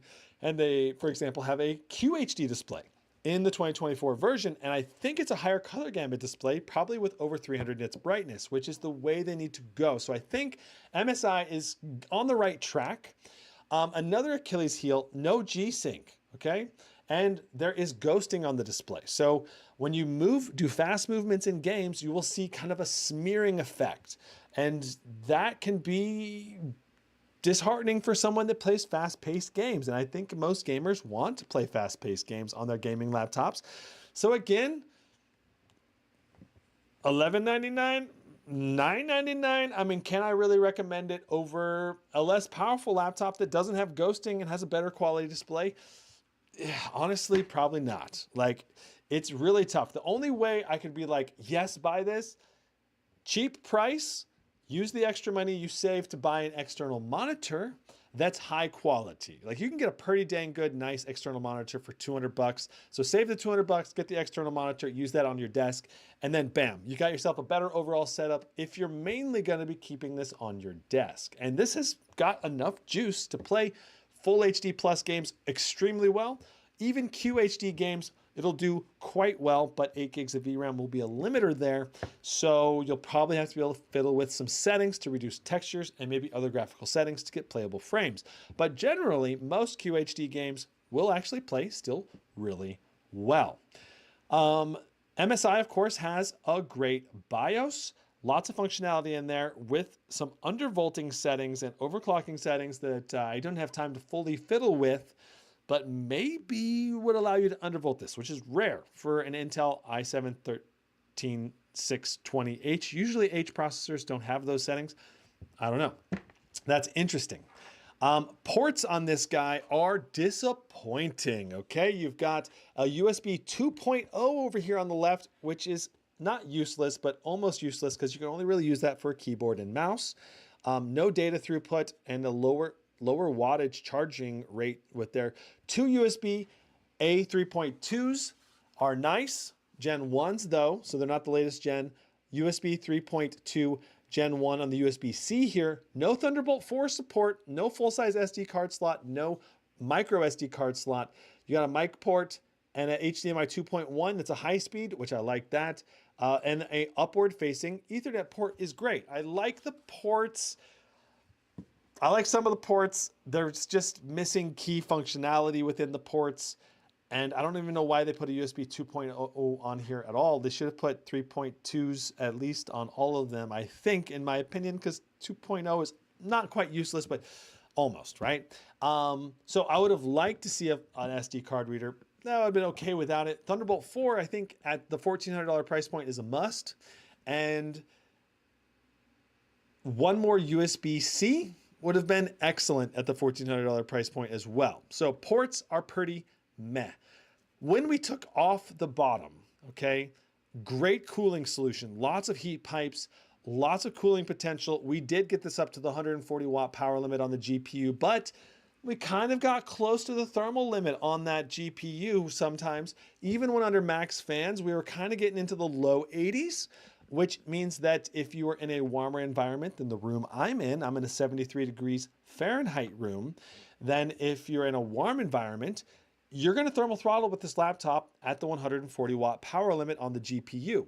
The CPU also did get spicy towards the upper 90s occasionally, so you might run into some CPU thermal throttling as well in a warmer environment in actual games. So definitely questionable when you're talking about the thermals on this. Like, it's, yeah, in an air-conditioned environment, it's good. You're within spec, you're getting max performance. When you're in a warmer environment, you definitely won't. Or if your fans get clouded with dust, then you won't. You'll run into thermal throttling. If you're not running on max fans, you're more likely to run into thermal throttling.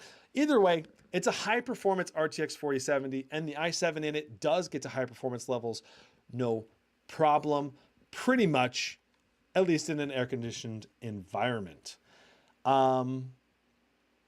Yeah. So on the inside, we only have one M.2 that's actually usable. We can see a second M.2 port, but I don't know if we actually can install an SSD on that port, which is, it's weird. Why is it there if we can't install an SSD? So we have one M.2 SSD that's upgradable. It was fast. We did over 3,000 read-write, which is great. Plenty fast for the average gamer to load and use their games, no problem. The RAM speed, about 60,000 megabits per second, or megabytes per second, I think. It's fast. It's really fast. I think it's megabits. It's very fast. 110 nanoseconds is also a good latency speed. 16 gigs, though, was not enough in Hogwarts Legacy. We definitely ran into 1% low stutters because we didn't have enough RAM. So some games, you may need to turn the settings down to medium because you only have 16 gigs of RAM. Though that's going to be really rare. Mainly like Star Citizen and Hogwarts Legacy, maybe Microsoft Flight Simulator are the 3 games that I know of that like more than 16 gigs of RAM. Okay. Laptop control software, MSI Center, is fairly straightforward, and you can control a lot of the application, a lot of the software, like almost everything on this laptop through MSI Center. Versus like the MSI Titan 18HX, there was more control softwares that you had to use in order to like control everything. So I liked MSI Center. In here, we had good control of the laptop. Updating the laptop is fairly simple and straightforward with no issues on my side, at least. And yeah, like I think MSI Center could have better layout and interface, because it's kind of confusing when you have to go up to the top section and click and then you move through everything. You know, it is what it is, but MSI Center does work. It works pretty well. And so there's not too much to complain about. And it's lightweight enough and non-intrusive. So that's good. It's good enough, I think. Downside, bloatware. We did have antivirus installed on here, which I prefer, just nothing. I prefer, if you want to have antivirus, go get your own thing. I don't want pop-ups popping up or things running in the background that I didn't give permission explicitly to run in the background. So I prefer no antivirus on the gaming laptop from launch. Okay, speakers were very weak, not super loud, at least in my music tests. When I actually played games, they got pretty loud and they were fairly immersive. Now, in terms of audio quality, not much bass, and the bass that was there was pretty muddled. The mids and highs were also pretty muddled.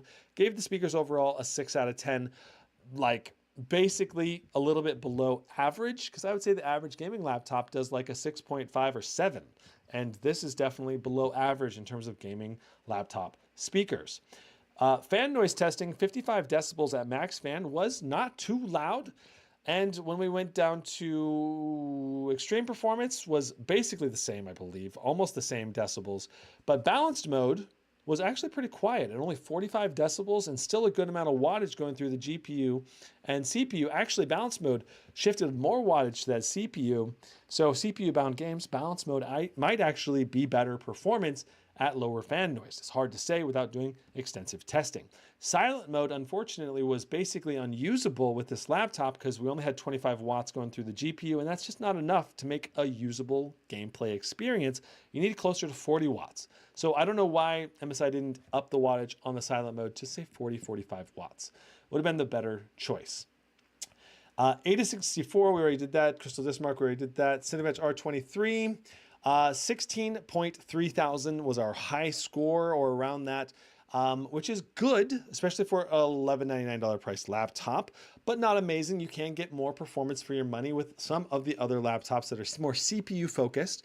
GPU performance, though, was excellent. Over 13,000 in time spy, 13.4 thousand with a 200/200 overclock, and that's exceptional. That's close to the highest RTX 4070 GPU performance that I've seen in a gaming laptop. Very close.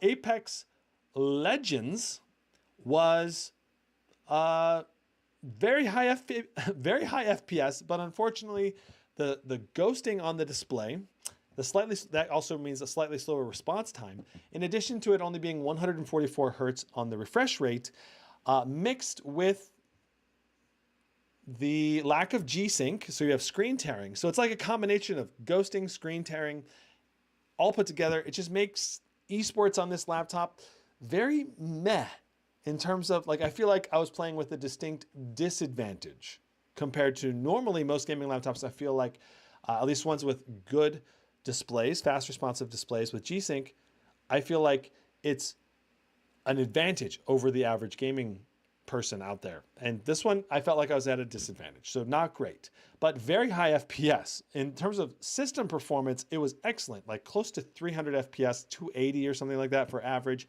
and like 185, I think, for a 1% low. So the averages were superb. It's just the display, major Achilles heel on this laptop. Baldur's Gate 3, 180 FPS, very good. Pretty good 1% lows, honestly, too, like 55. Cyberpunk 2077, over, I think it was 98.5 FPS in the benchmark.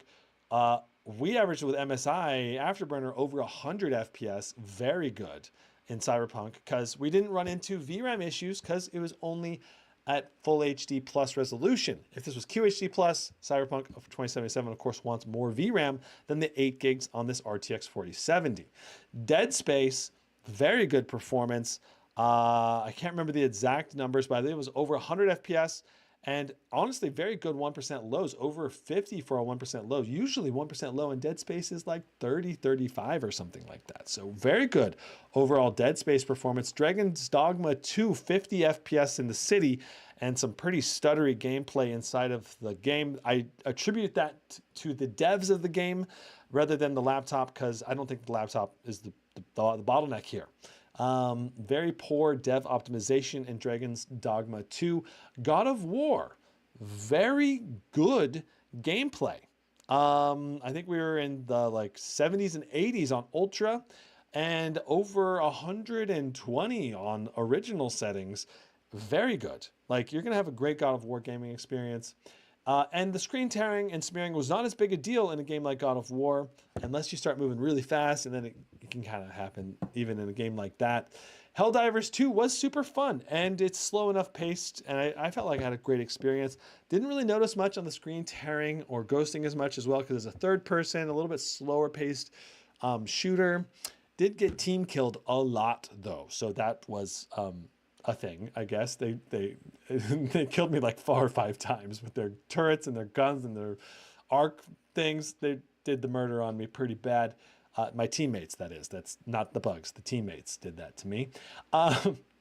Illuvium, a lot of stutters. We had to go down to medium settings. Partial dev optimization still needs to happen. Illuvium, unfortunately. Medium settings, though, once everything was loading in, very good, smooth gameplay, over 100 FPS on average.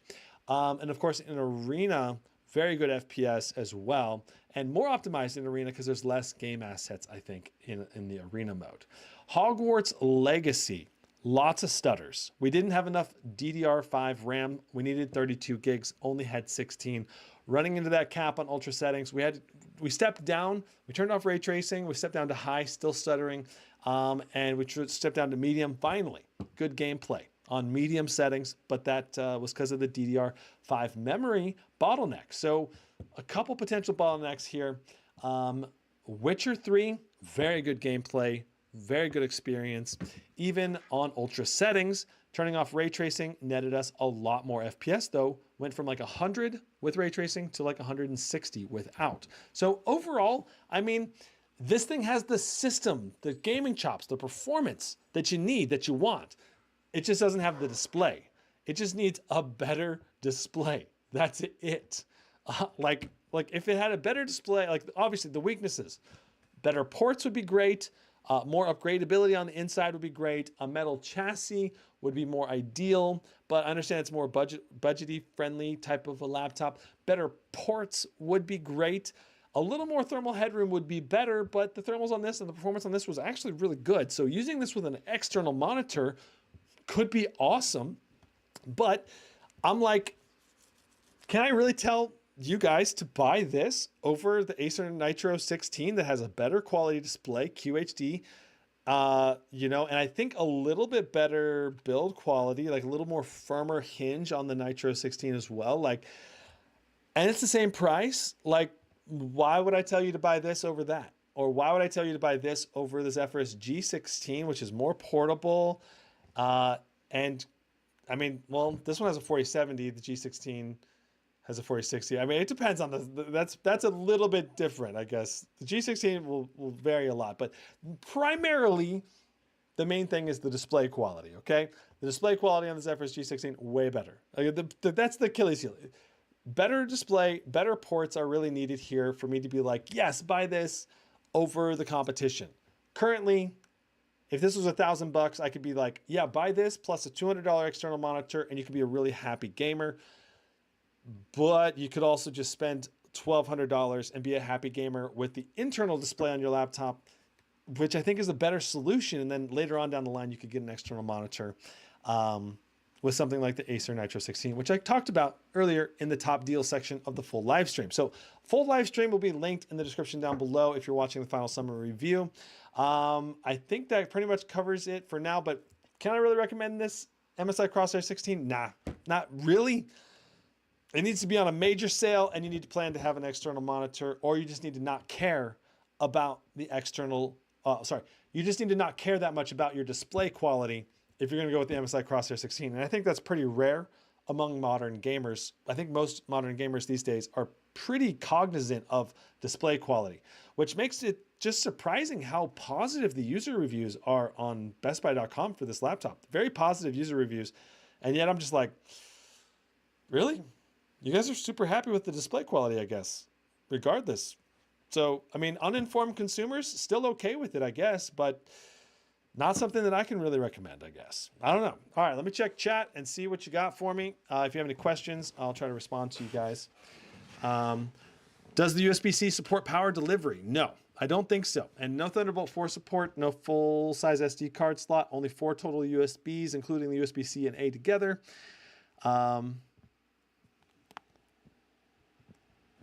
Baka says, you can say that with most MSI laptops, good hardware and chassis and big screen is the biggest flaw. Yeah, and along with the screen being the biggest flaw, lack of G-Sync being in there too, causing the screen tearing, maybe ghosting.